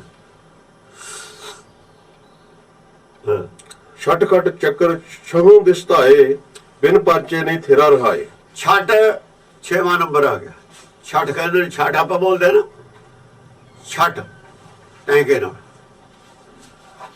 6ਵੇਂ ਨੰਬਰ ਤੇ ਕਹਿੰਦੇ ਆਏ ਨੇ 6 ਚੱਕਰ ਨੇ। ਉਹ 6 ਚੱਕਰ ਉਹ ਨਹੀਂ ਹੈ ਜਿਹੜੇ ਜੋਗੀਆਂ ਵਾਲੇ ਨੇ, ਬਿਲਕੁਲ ਨਹੀਂ ਹੈ ਉਹ ਚੱਕਰ। ਜੋਗੀਆਂ ਵਾਲੇ ਚੱਕਰ ਨਹੀਂ ਹੈ। ਜੋਗੀਆਂ ਵਾਲੇ ਚੱਕਰ ਨੂੰ ਕੁਰਬਾਨੀ ਮੰਨਦੀ ਹੋ ਨਹੀਂ। ਚੱਕਰ ਹੋਰ ਤੇ ਜੋਗੀਆਂ ਨੇ ਬਣਾ ਲਏ ਹੋਰ, ਗੱਲ ਹੋਰ ਦੀ ਹੋਰ ਬਣਾ ਲਈ, ਹੋਰ ਦੀ ਹੋਰੇ। ਠੱਠੇ ਨਾ ਹੋ ਜੇ। ਛੱਡ 60 ਛੱਡ ਚੱਕਰ, ਛੱਡ ਪੂਜਾ ਕਰਦੇ ਨੇ ਨਾ ਉੱਥੇ। ਛੱਠ ਪੂਜਾ, ਉਹ ਜਿਹੜੀ ਛੱਡ ਪੂਜਾ ਕਰਦੇ ਨੇ ਨਾ ਇਹ ਬਿਹਾਰੀ, ਉਹ ਵੀ ਮਾਇਆ ਦੀ ਪੂਜਾ ਹੈ। ਛੱਡ ਚੱਕਰ ਕੀ ਨੇ? ਛੱਟ ਖੱਟ ਹਾਂ, ਖੱਟ ਚੱਕਰ 6, ਖੱਟ ਵੀ 6 ਨੂੰ ਕਹਿੰਦੇ ਨੇ। 6ਵੇਂ ਨੰਬਰ ਤੇ ਛੱਡ ਕਹਿੰਦੇ ਨੇ। ਥਿੱਤ ਦਾ ਨਾਮ ਛੱਡ ਹੈ, ਚੱਕਰ ਖੱਟ ਨੇ 6। 6 ਚੱਕਰ ਕੀ ਨੇ? ਅੱਖਾਂ 'ਚ ਚੱਕਰ ਚ ਪਾਤਾ ਸੰਸਾਰ ਨੂੰ, ਜੀਵ ਨੇ ਚੱਕਰ ਚ ਪਾਤਾ ਸੰਸਾਰ ਨੂੰ, ਰਸਾਂ 'ਚ ਪੈ ਗਈ ਸੰਸਾਰੀ ਰਸਾਂ 'ਚ। ਜੀਵ ਸੰਸਾਰੀ ਰਸਾਂ ਦੇ ਟੇਸਟ ਵਾਸਤੇ ਨਹੀਂ ਸੀ ਦਿੱਤੀ, ਬੋਲਣ ਵਾਸਤੇ ਦਿੱਤੀ ਸੀ।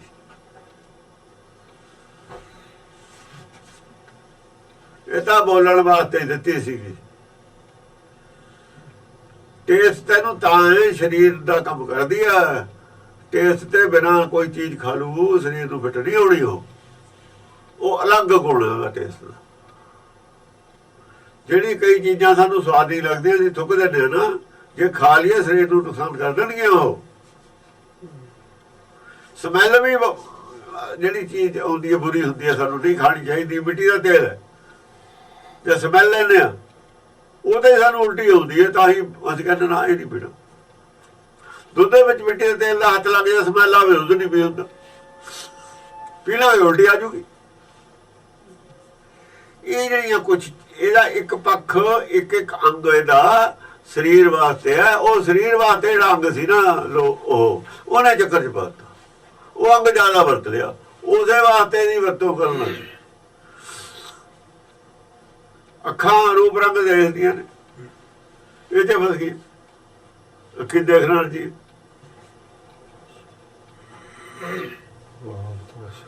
ਅੱਖਾਂ ਦਿੱਤੀਆਂ ਪੜ੍ਹਨ ਵਾਸਤੇ ਦਿੱਤੀਆਂ ਸੀ, ਪੜ੍ਹਨਾ ਛੱਡਤਾ। ਇਸ ਕਰਕੇ ਛੇ ਚੱਕ ਦਿਮਾਗ ਵੀ ਦਿੱਤਾ ਸੀ ਵਿਚਾਰਨ ਵਾਸਤੇ, ਸੁਣ ਕੇ ਸਮਝਣ ਵਾਸਤੇ, ਵਿਚਾਰਨ ਵਾਸਤੇ, ਸਰੀਰ ਚਲਾਉਣ ਵਾਸਤੇ। ਇਹਦਾ ਵੀ ਉਲਟਾ ਇਸਤੇਮਾਲ ਹੋਣ ਲੱਗ ਗਿਆ। ਇਹ ਉਲਟਾ ਇਸਤੇਮਾਲ ਹੋਣ ਲੱਗ ਗਿਆ। ਛੇਆਂ ਦਾ ਚੱਕਰ ਪੈ ਗਿਆ, ਪੁੱਠਾ ਚੱਲ ਗਿਆ। ਚੱਕਰ ਕਹਿੰਦੇ ਚੱਕਰ ਚੱਲ ਗਿਆ ਪੁੱਠਾ।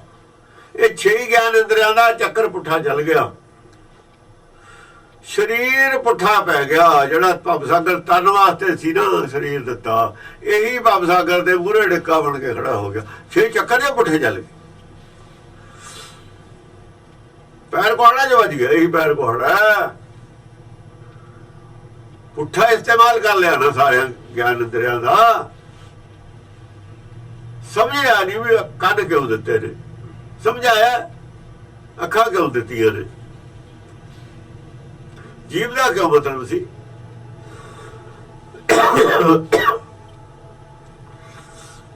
ਕਾਨੋਂ ਸੁਣੋ ਹਰ ਨਾਮ ਗੁਣ ਗੋਬਿੰਦ ਭਜੋ।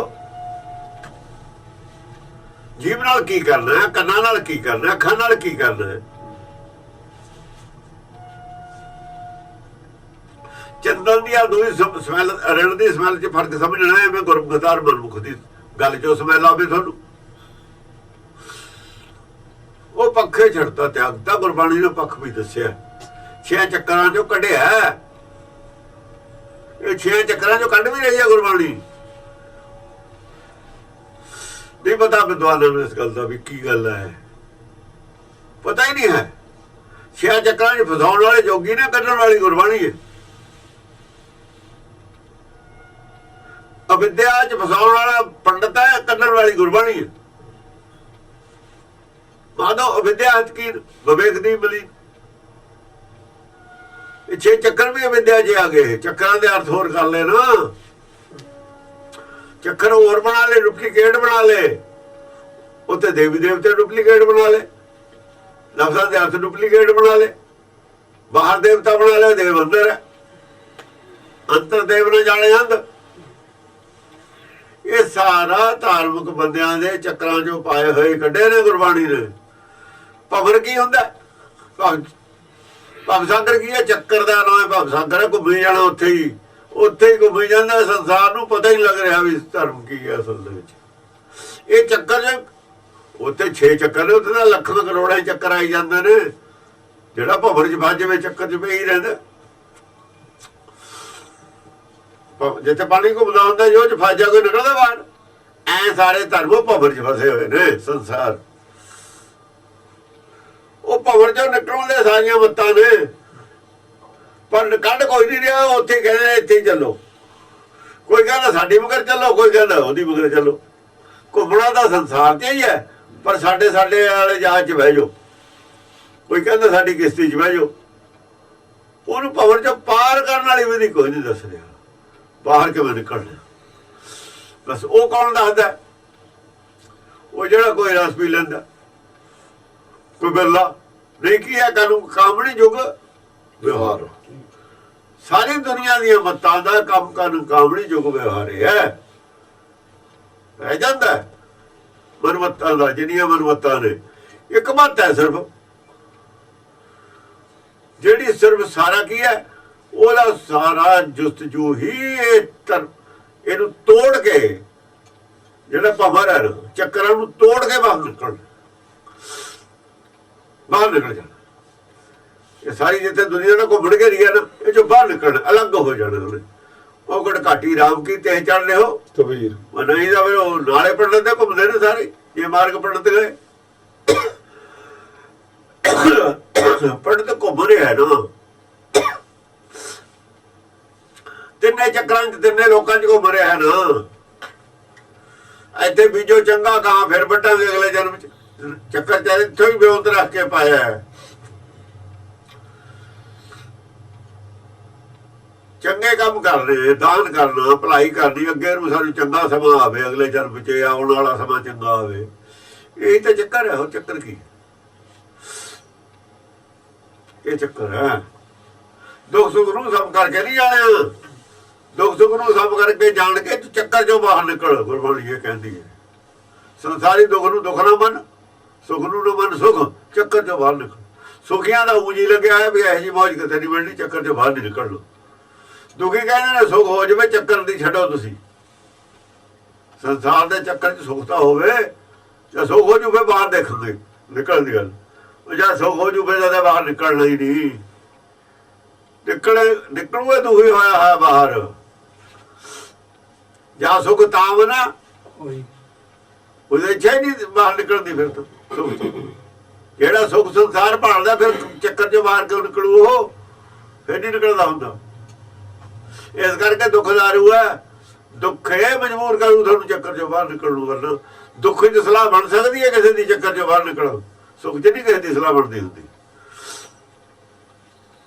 ਸੁੱਖ ਦੀ ਸਲਾਹ ਉਹਦੀ ਬਣਦੀ ਹੈ ਜਾਂ ਚੱਕਰ ਨੂੰ ਸਮਝ ਲਵੇ, ਇਹਨੂੰ ਭਵ ਸਾਗਰ ਨੂੰ ਸਮਝ ਲਵੇ, ਇਹਨੂੰ ਅਗਰ ਸਾਗਰ ਸਮਝ ਲਵੇ ਵੀ ਕੀ ਹੈ। ਹਾਂਜੀ, ਛਟਕਟ ਚੱਕਰ ਛੋਂ ਦਿਸ ਧਾਏ। ਛੋਂ ਦਿਸ ਧਾਏ, ਛੇਵਾਂ ਪਾਸੇ ਨੂੰ ਦੌੜ ਹੈ। ਕਦੇ ਅੱਖਾਂ ਦੀ ਦੌੜ, ਕਦੇ ਕੰਨਾਂ ਦੀ ਦੌੜ, ਕਦੇ ਜੀਭ ਦੀ। ਦੇਖੋ ਨੂੰ ਭੁੱਖ ਲੱਗਦੀ ਹੈ, ਹੋਰ ਪਾਸੇ ਨੂੰ ਭਜਦਾ। ਇਹ ਚੱਕਰ ਭਜਾਈ ਫਿਰਦੇ ਨੇ ਛੇ ਪਾਸਿਆਂ ਨੂੰ। ਫਿਰ ਦਿਮਾਗ ਦੀ ਦੌੜ ਹੈ। ਦਿਮਾਗ ਦੀ ਦੌੜ ਕੀ ਹੈ? ਛੇਵਾਂ ਚੱਕਰ ਕੀ ਹੈ? ਸਾਇੰਸ ਕੱਢੇ ਲੱਕ ਉੱਠਦਾ ਵਾ, ਇਹ ਛੇਵਾਂ ਚੱਕਰ ਹੈ। ਪੰਜਾਂ ਦੇ ਪਰੇ ਹੈ, ਛੇਵਾਂ ਗਿਆਨ ਅੰਦਰ ਹੈ। ਇਹ ਪੰਜੇ ਮੰਨੀ ਜਾਂਦੇ ਨੇ। ਜਿਹੜਾ ਸਾਇੰਸ ਕੱਢੇ ਲੱਕ ਉੱਠਦਾ ਵਾ, ਦੱਸੋ ਮੈਨੂੰ ਉਹ ਕਿਤੇ? ਸਾਇੰਸ ਕੱਢੇ ਲੱਕ ਉੱਠਦਾ ਵਾ, ਕਿਹੜਾ ਗਿਆਨ ਅੰਦਰ? ਉੱਥੇ ਇਕੱਲਾ ਹੀ ਦਿਮਾਗ ਹੈ। ਉੱਥੇ ਦਿਮਾਗ ਦੀ ਉਗਾੜ ਹੈ। ਮਨਮਤ ਕਾਹਦੀ ਕਾਢ ਹੈ? ਦਿਮਾਗ ਦੀ ਕਾਢ ਹੈ। ਡੁਪਲੀਕੇਟ ਧਰਮ ਕਾਹਦੀ ਕਾਢ ਹੈ? ਦਿਮਾਗ ਦੀ ਕਾਢ ਹੈ। ਹੇਰਾ ਫੇਰੀ ਕਾਹਦੀ ਕਾਢ ਹੈ? ਦਿਮਾਗ ਦੀ ਕਾਢ ਹੈ।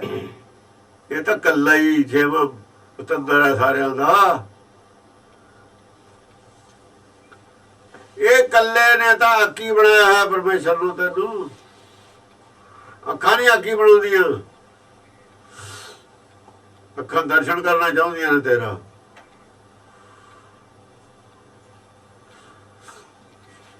ਦਿਮਾਗ ਉਲਟੇਰਾ ਚਲਾਉਂਦਾ।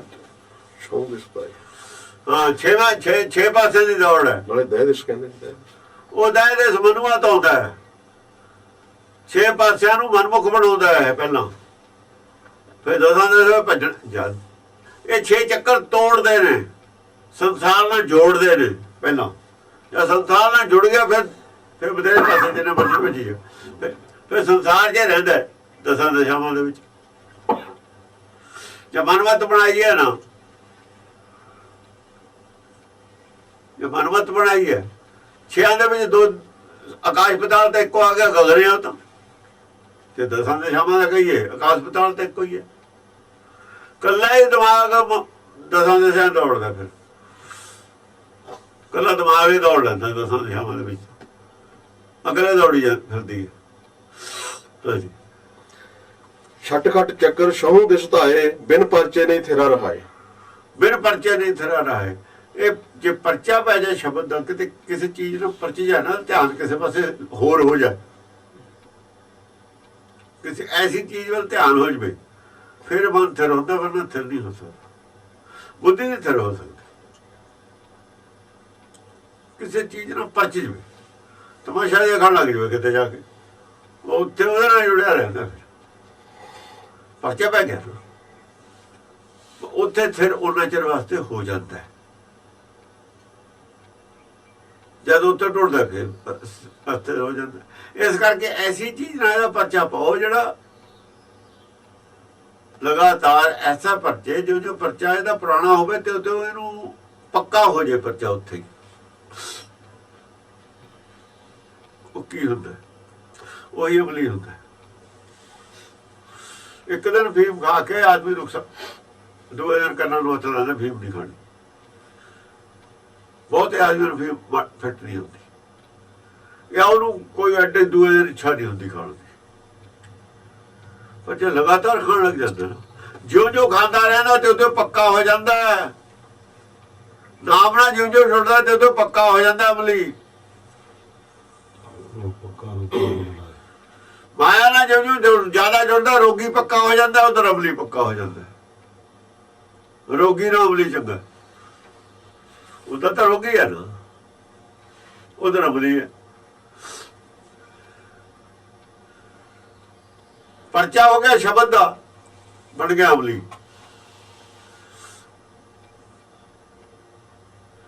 ਪਰਚਾ ਹੋ ਗਿਆ ਮਾਇਆ ਦਾ, ਬਣ ਗਿਆ ਰੋਗੀ। ਜੇ ਤਨ ਬਾਣੀ ਵਿਸਰ ਜਾਏ ਜਿਉਂ ਪੱਕਾ ਰੋਗੀ। ਜੇ ਪਰਚਾ ਪੈ ਗਿਆ ਸ਼ਬਦ ਦਾ, ਫਿਰ ਅਮਲੀ ਬਣ ਗਿਆ। ਅਮਲੀ ਕੋ ਜੈਸੇ ਅਮਲ ਵਾਲਾ ਤੈਸੇ ਮੇਰੇ ਮਨ ਰਮਈਆ। ਫਿਰ ਅੰਦਰ ਜੁੜ ਗਿਆ ਆਪਣੇ ਅੰਦਰੋਂ ਜਿਹੜਾ ਰਸ ਆਇਆ, ਇਹੋ ਜਿਹਾ ਰਸ ਬਾਹਰ ਹੈ ਹੀ ਨਹੀਂ। ਜੋ ਅਮਲੀ ਨੂੰ ਅਵਲ ਚੋਂ ਰਸ ਆਉਂਦਾ, ਉਹਨੂੰ ਹੋਰ ਕਿਤੋਂ ਰਸ ਨਹੀਂ ਆਉਂਦਾ, ਤਾਂ ਪੱਕਾ ਹੁੰਦਾ ਉੱਥੇ। ਬਾਕੀ ਦੁਨੀਆ ਦੇ ਰਸ ਉਹਦੇ ਬਿਨਾਂ ਚੰਗੇ ਹੀ ਨਹੀਂ ਲੱਗਦੇ ਉਹਨੂੰ। ਇਵੇਂ ਗੁਰਮੁਖ ਰੋਟੀ ਵੀ ਖਾਂਦਾ, ਪਾਣੀ ਵੀ ਪੀਂਦਾ, ਦੁੱਧ ਵੀ ਪੀਂਦਾ, ਸਭ ਕੁਝ ਕਰਦਾ ਹੈ, ਪਰ ਨਾਮ ਤੋਂ ਬਿਨਾਂ ਕੁਝ ਵੀ ਚੰਗਾ ਨਹੀਂ ਲੱਗਦਾ ਉਹਨੂੰ।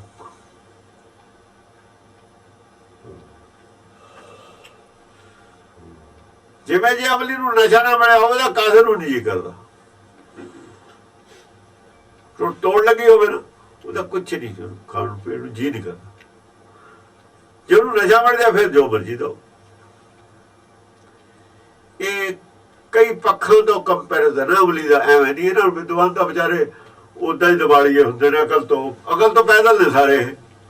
ਇਹਦਾ ਇਸ ਅਕਲ ਤੋਂ ਹੀ ਪੈਦਲ ਨੇ ਜਿਹੜੇ ਵਿਦਵਾਨ ਨੇ। ਜਿਹੜੀ ਗੁਰਬਾਣੀ ਨੂੰ ਸਮਝਣ ਵਾਲੀ ਅਕਲ ਹੈ ਨਾ, ਉਹ ਤੋਂ ਤਾਂ ਪੈਦਲ ਨੇ, ਮਾਇਆ ਧਾਰੀ ਨੇ। ਮਾਇਆ ਧਾਰੀਆਂ ਦੀ ਅਕਲ ਤੋਂ ਵਿਰੋਧ 'ਚ ਖੜੀ ਹੈ ਬਾਣੀ। ਇਸ ਕਰਕੇ ਗੁਰਬਾਣੀ ਤੋਂ ਵਿਰੋਧ 'ਚ ਖੜੇ ਨੇ ਅਸਲ ਦੇ ਵਿੱਚ ਸਾਰੇ ਵਿਦਵਾਨ। ਵਿਰੋਧ ਵਿੱਚ ਖੜੇ ਨੇ। ਇਹ ਕਿੱਥੇ ਖੜੇ ਨੇ? ਇਹ ਖੜੇ ਨੇ ਲੋਕ ਭਲਾਈ ਤੇ। ਲੋਕ ਭਲਾਈ ਦੇ ਆ ਕੇ ਵਿਦਵਾਨ ਅਟਕ ਜਾਂਦੇ ਨੇ। ਦੁਨਿਆਵੀ ਤਰੱਕੀ ਤੇ ਇਹ ਤੋਂ ਗਾਹਾਂ ਨਹੀਂ ਜਾ ਸਕਦਾ ਵਿਦਵਾਨ। ਮਾਇਆ ਤੋਂ ਗਾਹਾਂ ਨਹੀਂ ਜਾ ਸਕਦਾ। ਮਾਇਆ ਤੋਂ ਗਾਹਾਂ ਦਾ ਗੁਰਮੁਖ ਜਾਊਗਾ। ਮਾਇਆ ਤਾਂ ਬੈਤਰਣੀ ਨਦੀ ਹੈ। ਇਹ ਤਾਂ ਡੁੱਬ ਜਾਂਦੇ ਨੇ, ਇਹਨੂੰ ਨਹੀਂ ਤਰ ਸਕਦੇ, ਇਹ ਤੋਂ ਪਾਰ ਨਹੀਂ ਹੋ ਸਕਦੇ। ਇਸੇ ਨੂੰ ਬੈਤਰਣੀ ਨਦੀ ਕਿਹਾ। ਕਲਪਨਾ ਬੈਤਰਣੀ ਨਦੀ ਹੈ। ਕਲਪਨਾ ਕਮੀ ਛੁੱਟ ਜੂ, ਵਿਦਵਾਨ ਦੀ ਕਿਸੇ ਦੀ ਕਲਪਨਾ ਛੁੱਟੀ ਦਿਖਾਓ। ਜਿੱਥੇ ਕਲਪਨਾ ਜਿੰਨਾ ਚਿਰ ਆਦਮੀ ਦੇ ਅੰਦਰ ਹੈ, ਉਹਨਾਂ ਚਿਰ ਗੁਰਬਾਣੀ ਦੀ ਸਮਝ ਬਿਲਕੁਲ ਨਹੀਂ ਹੈ, ਔਰ ਨਾ ਆਵੇ। ਜੇ ਕਿਸੇ ਨੂੰ ਆ ਗਈ ਤਾਂ ਦੱਸ ਦੇਵੇ। ਜੇ ਭਲਾ ਕਿਸੇ ਨੂੰ ਆ ਗਈ ਉਹ ਦੱਸੇ। ਨਹੀਂ ਤਾਂ ਕਹਿਤਾ ਵੀ ਆ ਨਹੀਂ ਸਕਦੀ। ਸਾਰੀ ਵਰਲਡ ਦੇ ਵਿਦਵਾਨਾਂ ਨੂੰ ਚੈਲੰਜ ਸਮਝ ਲੈਣ। ਚਲੋ ਉਹ ਅਸੀਂ ਤਾਂ ਸੱਚ ਬੋਲਿਆ, ਉਹ ਚੈਲੰਜ ਕਹਿ ਦੇਣਗੇ ਸਾਨੂੰ ਚੈਲੰਜ ਹੈ। ਚੈਲੰਜ ਸਹੀ, ਚਲੋ ਸੱਚ, ਪਰ ਦੱਸੇ ਕੋਈ, ਸਾਬਤ ਕਰੇ ਇਹ ਗੱਲ ਗਲਤ ਹੈ। ਜੋਗੀ ਮੰਨਦੇ ਨੇ ਇਸ ਗੱਲ ਨੂੰ, ਗੁਰਬਾਣੀ ਮੰਨਦੀ ਹੈ ਇਸ ਗੱਲ ਨੂੰ। ਜਿੰਨਾ ਚਿਰ ਆਪਣੀ ਇੱਛਾ ਅੰਦਰ ਪੈਦਾ ਹੁੰਦੀ ਹੈ, ਜਿੰਨਾ ਚਿਰ ਆਪਣੀ ਮਰਜ਼ੀ ਸਾਡੇ ਅੰਦਰ ਮੌਜੂਦ ਹੈ, ਜਿੰਨਾ ਚਿਰ ਹੋਵੇ ਅੰਦਰ ਮੌਜੂਦ ਹੈ, ਨਾਮ ਅੰਦਰ ਪ੍ਰਵੇਸ਼ ਕਰੇ ਨਹੀਂ ਸਕਦਾ। ਹੋਵੇ ਨਾਵੇਂ ਨਾਲ ਵਿਰੋਧ ਹੈ। ਜੇ ਇਹ ਹੋ ਗਿਆ ਤਾਂ ਗੁਰਬਾਣੀ ਝੂਠੀ ਹੈ। ਫਿਰ ਅਸੀਂ ਤਾਂ ਗੁਰਬਾਣੀ ਦੇ ਆਧਾਰ ਤੇ ਗੱਲ ਕੀਤੀ ਹੈ ਵੀ ਇਹ ਹੋ ਨਹੀਂ ਸਕਦਾ, ਦਾਵਾ ਦੂਆ ਕੋਈ ਨਹੀਂ ਹੈਗਾ। ਗੁਰਬਾਣੀ ਇਹ ਗੱਲ ਕਹਿੰਦੀ ਹੈ, ਅਸੀਂ ਇਹਨੂੰ ਸੱਚ ਮੰਨਦੇ ਹਾਂ। ਪ੍ਰੈਕਟੀਕਲ 'ਚ ਵੀ ਸਾਡੀ ਪਰਤਾਈ ਹੋਈ ਗੱਲ ਹੈ, ਪ੍ਰੈਕਟੀਕਲ 'ਚ ਆਈ ਹੋਈ ਗੱਲ। ਹੋ ਹੀ ਨਹੀਂ ਸਕਦਾ। ਪ੍ਰੈਕਟੀਕਲ ਵੀ ਦੇਖੀ ਹੋਈ ਹੈ। ਇਹ ਨਹੀਂ ਹੋ ਸਕਦਾ, ਬਿਲਕੁਲ ਇਹ ਨਹੀਂ ਹੋ ਸਕਦਾ। ਇਸ ਕਰਕੇ ਉਹ ਚੁੱਪ ਕਰਕੇ ਹੋਰ ਕੋਈ ਕੰਮ ਕਰ ਲੈਣ, ਇਹ ਉਹਨਾਂ ਦੇ ਵੱਸ ਦੀ ਗੱਲ ਹੈ। ਇਹ ਪੱਥਰ ਨਹੀਂ ਚੱਕ ਸਕਦੇ, ਉਹ ਇਹ ਬੋਝ ਨਹੀਂ ਉੜਦੇ ਚੱਕਣ। ਹਾਂਜੀ, ਛਟਖਟ ਚੱਕਰ ਛਉ ਦਿਸਤਾਏ, ਬਿਨ ਪਰਚੇ ਨਹੀਂ ਥੇਰਾ ਰਹਾਈ। ਮਨ ਨਹੀਂ ਥਿਰ ਹੋ ਸਕਦਾ ਬਿਨਾਂ ਪਰਚੇ ਤੇ, ਕਿਸੇ ਵਿਦਵਾਨ ਦਾ ਮਨ ਥਿਰ ਨਹੀਂ ਹੋ ਸਕਦਾ। ਉਹ ਤੇ ਸੰਤਾਂ ਦੇ ਮਨ ਨਹੀਂ ਥਿਰ ਹੁੰਦੇ, ਵਿਦਵਾਨ ਕਿਹੜੇ ਕਾਹਦੇ ਵਿਚਾਰੇ ਜਿਹੜੇ ਆਪਣੇ ਆਪ ਨੂੰ ਕਹਿੰਦੇ ਕਹਾਉਂਦੇ ਨੇ, ਜਿਹੜੇ ਉਹਨਾਂ ਦਾ ਮਨ ਥਿਰ ਹੋਣ ਨੂੰ। ਪੰਜਮ ਪਾਤਸ਼ਾਹ ਮਾਈ ਮਨ ਮੇਰੇ ਵਸ ਨਹੀਂ। ਲੋ ਗੁਰੂ ਦਾ ਆਪ ਨੌਵੇਂ ਪਾਤਸ਼ਾਹ ਕਹਿ ਰਹੇ ਨੇ, ਮਨ ਵਸ ਨਹੀਂ ਸਾਡੇ, ਜਿਨ੍ਹਾਂ ਨੇ ਗੁਰਬਾਣੀ ਲਿਖੀ ਹੈ। ਇਹ ਕਾਬੂ ਨਹੀਂ ਆ ਰਿਹਾ। ਇਹ ਕਿੱਥੇ ਉਹ ਮਨ ਜੀਤਾ ਜਗ ਜੀਤਾ, ਕੋਈ ਮਜ਼ਾਕ ਦੀ ਗੱਲ ਹੈ। ਜੇ ਥਿਰਾ ਨਹੀਂ ਰਹਾ ਹੈ ਤਾਂ ਗੁਰਬਾਣੀ ਦੀ ਸਮਝ ਨਾ ਆਏ ਬਿਲਕੁਲ ਵੀ। ਬਹੁਤ ਸੁਰਾਖ ਹੋਵੇ ਬਰੀਕ, ਬਾਰਿਸ਼ ਵਿੱਚ ਪਿਆ ਹੋਵੇ ਵੀ ਘੜਾ ਭਰ ਜੂਗਾ ਬਰੀਕ ਸੁਰਾਖ ਨਾਲ, ਚਾਹੇ ਸੁਰਾਖ ਉੱਤੇ ਨੂੰ ਹੋਵੇ ਵੀ ਜਦੋਂ ਪੈਂਦਾ। ਔਰ ਜੇ ਘੜੇ ਨੂੰ ਬਹੁਤ ਜ਼ੋਰ ਨਾਲ ਹਲਾਈ ਜਾਈਏ ਛੇਤੀ ਫਿਰ ਤਾਂ ਬਿਲਕੁਲ ਨਹੀਂ ਚਾਂਸ ਹੋ ਕੁਝ ਪੈਣ ਦਾ। ਟਿਕਿਆ ਪਿਆ ਰਹੇ, ਸ਼ਾਇਦ ਮਾੜਾ ਮੋਟਾ ਕੋਈ ਛਿੱਟਾ ਪੈ ਵੀ ਜਾਵੇ, ਉਹ ਚ ਸਲਾਵੇ ਆ ਜਾਏ, ਹਿੱਲੇ ਤਾਂ ਕੁਝ ਵੀ ਨਹੀਂ ਪੈਣਾ। ਸੁਰਾਖ ਹੈ ਬਹੁਤ ਬਰੀਕ ਹੈ। ਪਹਿਲਾਂ ਦੁਬਦਾ ਵੇਟ ਖਿਮਾ ਗਏ ਰਹੋ, ਕਰਮ ਧਰਮ ਕੀ ਸੋਲ ਨਾ ਸਹੋ। ਜੇ ਕੋਈ ਕਹਿੰਦਾ ਬੂੰਦ ਪੈ ਜਾ ਵੀ ਜਾਵੇ, ਕਬੀਰ ਕਹਿੰਦਾ ਘੜੇ ਚ ਪਹਿਲਾਂ ਕੀ ਹੈ, ਪਹਿਲਾਂ ਗੋਲੇ ਪਾਏ ਨੇ ਤੌੜੀ ਚ, ਨਿਰਮਲ ਬੂੰਦ ਆਕਾਸ਼ ਕੀ ਜਾਏ ਪਰੀ ਪੱਠ ਛਾਰ। ਜੇ ਕੋਈ ਪੈ ਵੀ ਜਾਵੇ ਨਾ, ਉਹ ਗਾਂ ਭੱਠੀ ਹੈ, ਉਹਦਾ ਕੋਈ ਨਹੀਂ ਅਸਰ ਪੈਂਦਾ। ਜੇ ਪੈ ਵੀ ਜਾਵੇ ਤਾਂ ਉਹਦੇ ਨਾਲ ਉਹਨੂੰ ਕੁਝ ਨਹੀਂ ਬਣਨ ਲੱਗਿਆ। ਜੇ ਮਾੜੀ ਮੋਟੀ ਦੋ ਗੱਲਾਂ ਦੀ ਸਮਝ ਆ ਵੀ ਜਾਵੇ ਨਾ, ਉਹ ਭੱਠਸ਼ਾਰ ਹੈ ਅੰਦਰ। ਉਹ ਵੀ ਲਿਖਿਆ ਹੈ ਗੁਰਬਾਣੀ 'ਚ, ਇੱਕ ਬੂੰਦ ਨਾਲ ਖਾਲੀ ਤੁਹਾਡਾ ਸਾਰਾ ਪਰ ਤਾਰਾ ਹੋ ਜਾਵੇ, ਕੁਝ ਨਹੀਂ ਬਣਨ ਲੱਗਿਆ ਹੈਗਾ। ਜਿੰਨਾ ਚਿਰ ਅੱਗ ਬੁਝ ਨਾ ਜਾਵੇ, ਧੂੰਆਂ ਬੰਦ ਨਾ ਹੋ ਜਾਵੇ, ਉਹਨਾਂ ਚਿਰ ਉਹ ਤੋਂ ਬਾਅਦ ਤਾਂ ਗੱਲ ਸ਼ੁਰੂ ਹੋਣੀ ਹੈ। ਉਹਦੇ ਗੱਲ ਤਾਂ ਸਮਝ ਅੱਗ ਬੁਝ ਜਾਣੀ ਹੈ, ਧੂੰਆਂ ਨਿਕਲਣਾ ਨਹੀਂ। ਉਹਦੇ ਬਾਅਦ ਵਾਲਾ ਪਾਣੀ ਅਸਰ ਕਰਨਾ, ਉਹਦੇ ਬਾਅਦ ਵਾਲੇ ਗਿਆਨ ਨੇ ਅਸਰ ਕਰਨਾ। ਆਂਦੀ ਪਾਛੇ ਜੋ ਜਲ ਬਰਸੈ, ਜਿੰਨਾ ਚਿਰ ਅੱਗ ਤੇ ਪਾਣੀ ਪੈ ਕੀ ਅਸਰ, ਅੱਗ ਫੇਰ ਬਲਦੀ ਹੈ। ਗੁਰਬਾਣੀ ਸੁਣਦੇ ਹੀ ਨੇ ਸਾਰੇ, ਪ੍ਰਚਾਰ ਵੀ ਪ੍ਰਚਾਰ ਕਰਦੇ ਨੇ, ਕੋਈ ਕੋਈ ਗੱਲ ਤਾਂ ਉਹ ਵੀ ਚੰਗੀ ਕਹਿ ਜਾਂਦੇ ਨੇ, ਪਰ ਭੱਠਸ਼ਾਰ ਹੈ ਅੰਦਰ, ਅਸਰ ਕੋਈ ਨਹੀਂ ਉਹਨਾਂ ਤੇ।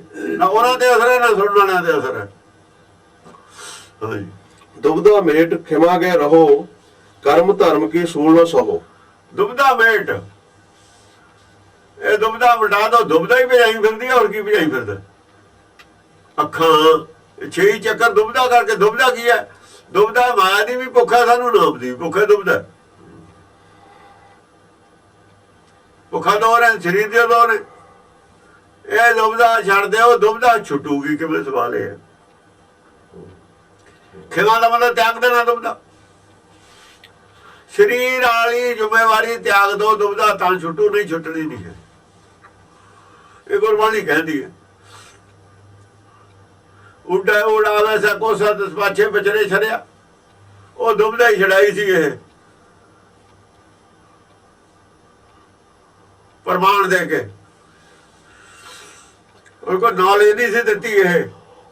ਇਹ ਸਮਝਦੇ ਨੇ ਨੌਲੇਜ ਦਿੱਤੀ ਹੈ, ਨੌਲੇਜ ਨਹੀਂ ਦਿੱਤੀ ਸੀਗੀ। ਇਹ ਨੌਲੇਜ ਵੀ ਕੁਝ ਜੇ ਦਿੱਤੀ ਸੀ, ਨੌਲੇਜ ਕਾਹਦੇ ਵਾਸਤੇ ਦਿੱਤੀ ਸੀ? ਗਿਆਨ ਦਿੱਤਾ ਸੀ ਕਾਹਦੇ ਵਾਸਤੇ?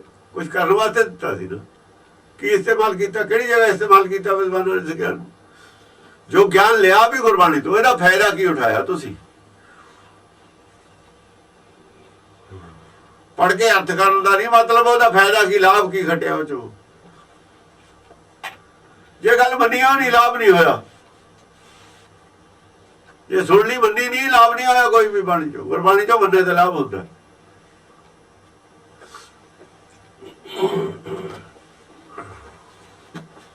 ਦੁਬਦਾ ਮੇਟ ਖਿਮਾ ਗਏ ਰਹੋ, ਜੇ ਦੁਬਦਾ ਵਟਾ ਦੀਏ, ਨਿਊਟਰਲ ਗੇਅਰ ਕਰ ਦੀਏ, ਬਸ।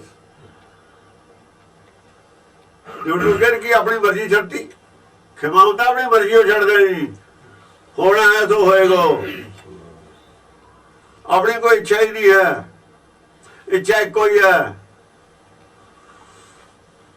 ਪਰਮੇਸ਼ਰ ਦੇ ਭਾਵੇਂ ਰਾਖ ਭਾਵੇਂ ਮਾਰ,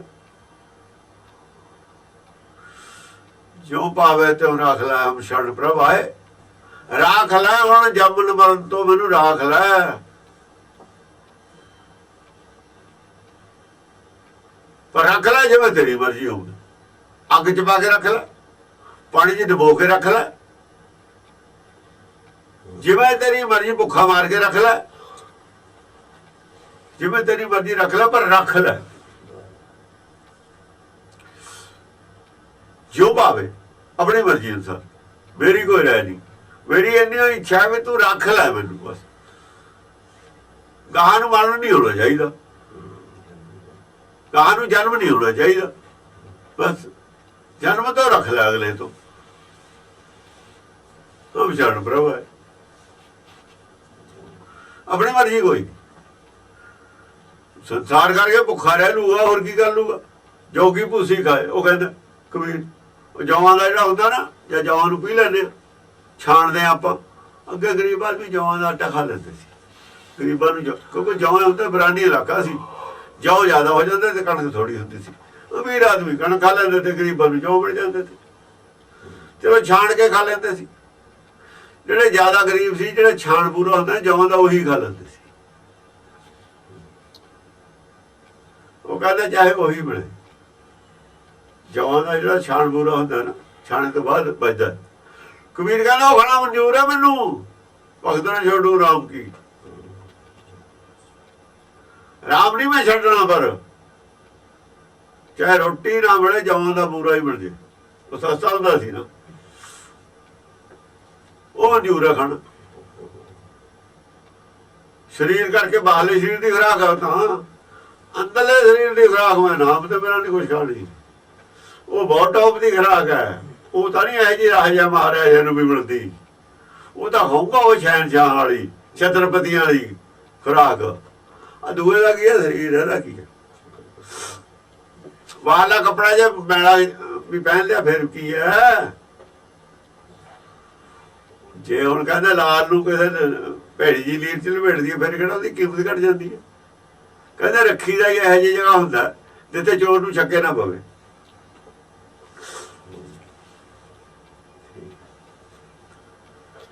ਜਿਹੜੇ ਸਿਆਣੇ ਬੰਦੇ ਨੇ ਜਾਂ ਘਰ ਜਿੰਦਾ ਲਾ ਕੇ ਜਾਂਦੇ ਸੀ, ਜਿਹੜਾ ਉਹਨਾਂ ਦੀ ਕੋਈ ਟੂਮ ਟਾਕੀ ਹੁੰਦੀ ਸੀ, ਇਹੋ ਜਿਹੇ ਤੋਂ ਰੱਖ ਦਿੰਦੇ ਤੇ ਇਹੋ ਜਿਹੀਆਂ ਚੀਜ਼ਾਂ ਚ ਲਪੇਟ ਕੇ ਲੀਰਾਂ ਚ, ਜਿੱਥੇ ਉਹ ਛੱਕੇ ਨਾ ਪਵੇ। ਇੱਥੇ ਵੀ ਪਈ ਹੋਊ,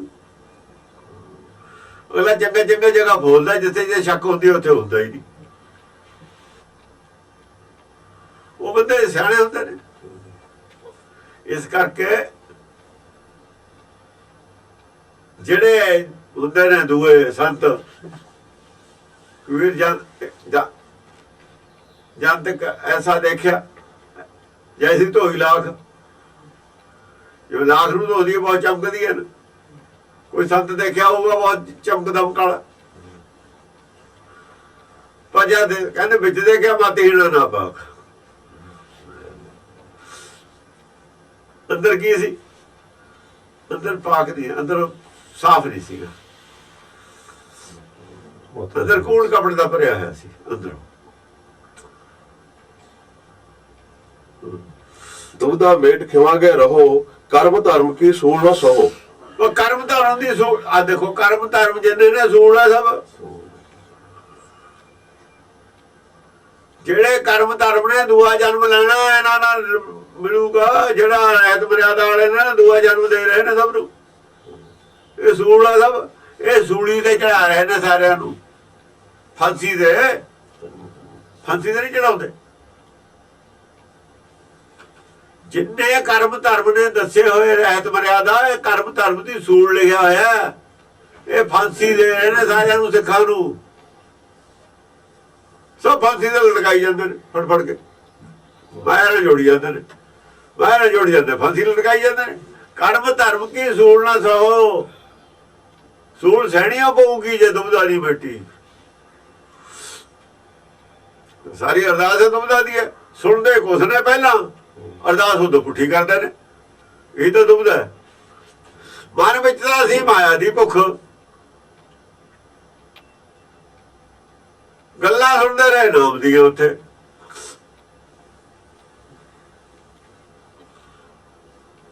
ਗੱਲਾਂ ਸੁਣਦੇ ਰਹੇ, ਤੇਰਾ ਭਾਣਾ ਮੀਠਾ ਲੱਗਾ, ਨਾਮ ਪਦਾਰਥ ਨਾਨਕ ਮੰਗਾ, ਜਾਂ ਅਰਦਾਸ ਕੀਤੀ ਮੰਗਿਆ ਕੁਝ ਹੋਰ ਵੀ ਅੱਜ ਹੀ ਮੰਗੀ ਉਹ ਨਹੀਂ, ਉਹ ਤਾਂ ਸੁਣਦੇ ਹੀ ਰਹੇ। ਉਹ ਨਹੀਂ ਅਸਰ ਹੋਣ ਦਿੱਤਾ। ਸੂਈ ਉੱਥੇ ਖੜੀ ਸੀ ਜਿਹੜੇ ਕੰਮ ਆਇਆ ਸੀ। ਅੱਜ ਗੁਰਦੁਆਰੇ ਕਿਉਂ ਆਇਆ ਸੀ, ਬਾਣੀ ਕਿਉਂ ਸੁਣੀ, ਕਿਉਂ ਇੰਨਾ ਚਿਰ ਬੈਠਿਆ? ਉਹਦੀ ਅਰਦਾਸ ਵੇਲੇ ਸਾਰੀ ਗੱਲ ਖੁੱਲ ਕੇ ਬਾਹਰ ਆ ਗਈ ਬਿੱਲੀ ਥੈਲੇ ਤੋਂ। ਕਿਸੇ ਬੰਦੇ ਨੇ ਨਹੀਂ ਕਿਹਾ ਵੀ ਅਰਦਾਸ ਕਿਉਂ ਕਰਦੇ ਹੋ, ਸਾਨੂੰ ਕਿਉਂ ਸੂਲੀ ਚੜ੍ਹਦੇ ਹੋ, ਕੋਈ ਨਹੀਂ ਕਹਿੰਦਾ। ਅਸਲ ਚ ਅੰਦਰੋਂ ਸਾਰੇ ਚਾਹੁੰਦੇ ਹੀ ਇਹਨੇ। ਜਿਹੜਾ ਧਰਮ ਜ਼ਿਆਦਾ ਲੋਕਾਂ ਦਾ ਬਣ ਜਾਂਦਾ ਨਾ, ਉਹ ਲੋਕਾਂ ਰੀਤ ਬਣ ਜਾਂਦੀ ਹੈ, ਧਰਮ ਨਹੀਂ ਰਹਿੰਦਾ ਹੁੰਦਾ। ਕਰਮ ਧਰਮ ਲੋਕਾਂ ਰੀਤ ਹੈ। ਜਦੋਂ ਜਣਾ ਖਣਾ ਆਦਮੀ ਗੁਰਦੁਆਰੇ ਜਾਣ ਲੱਗ ਗਿਆ, ਲੋਕਾਂ ਰੀਤ ਰਹੇਗੀ, ਧਰਮ ਨਹੀਂ ਰਿਹਾ ਹੈ। ਤਾਂ ਲੋਕਾਂ ਰੀਤ, ਲੋਕਾਂ ਰੀਤ ਤੋਂ ਉਲਟੀ ਗੱਲ ਧਰਮ ਹੁੰਦਾ। ਲੋਕਾਂ ਰੀਤ ਤੋਂ ਉਲਟੀ ਗੱਲ ਜਿਹੜੀ ਹੁੰਦੀ ਹੈ ਨਾ, ਪੁੱਠੀ ਲੋਕਾਂ ਰੀਤ ਤੋਂ ਉਲਟੀ ਗੱਲ ਕਹੀ ਹੈ ਗੁਰੂ ਨਾਨਕ ਨੇ ਉਦੋਂ, ਜਿਹਨਾਂ ਨੂੰ ਬੋਲਦਾ ਸੀ ਉਲਟੀ ਗੱਲ ਕਹੀ ਹੈ। ਹੁਣ ਕੱਲੀ ਕਿਰਪਾਨ ਦੀ ਗੱਲ ਕਰਦੇ ਨੇ, ਗਿਆਨ ਖੜਕ ਦੀ ਨਹੀਂ ਗੱਲ ਕਰਦੇ, ਇਹ ਵੀ ਲੋਕਾਂ ਰੀਤ ਹੈ। ਕੱਲੀ ਕਿਰਪਾਨ ਪਾਉਣ ਦੀ ਜਾਂ ਪਾਉਣ ਦੀ ਗੱਲ ਕਰਦੇ ਨੇ, ਲੋਕਾਂ ਰੀਤ ਹੈ। ਅੰਮ੍ਰਿਤ ਨਾਮ ਦੀ ਗੱਲ ਨਹੀਂ ਕਰਦੇ, ਲੋਕਾਂ ਰੀਤ ਹੈ।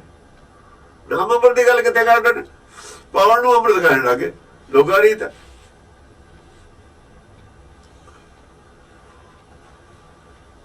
ਉਹਦੀ ਲੋੜ ਵੀ ਹੈ ਨਹੀਂ, ਇਹਦੀ ਲੋੜ ਹੈ, ਦਿਖਾਵੇ ਦੀ ਲੋੜ ਹੈ, ਸਿਰਫ ਦਿਖਾਵੇ ਦੀ ਲੋੜ ਹੈ।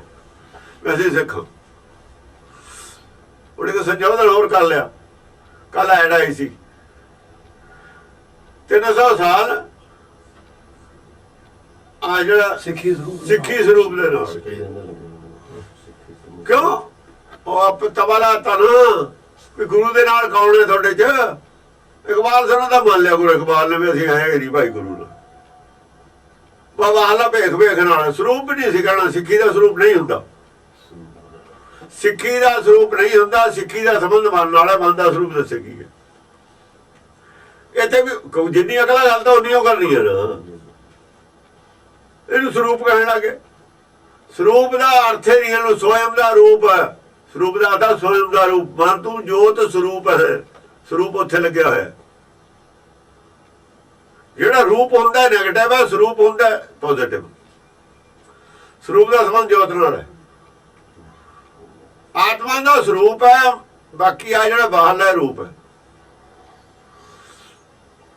ਰੂਪ ਹੀ ਕਿਹਾ ਤੇਰਾ ਰੂਪ, ਮੇਰਾ ਰੂਪ ਜਿਹੜਾ ਹੈ ਉਹ ਹੋਰ ਹੈ। ਤੇਰਾ ਰੂਪ ਜੇ ਆਪਾਂ ਕਹਿੰਦੇ ਉਹਦਾ ਪਰਮੇਸ਼ਰ ਦੀ ਗੱਲ ਹੈ, ਤੇਰੇ ਨਾਲ ਰੂਪ ਲੱਗੂ। ਹਾਂ, ਸਿੱਖੀ ਸਰੂਪ ਨਹੀਂ ਹੈ, ਸਿੱਖੀ ਭੇਖ ਹੈ।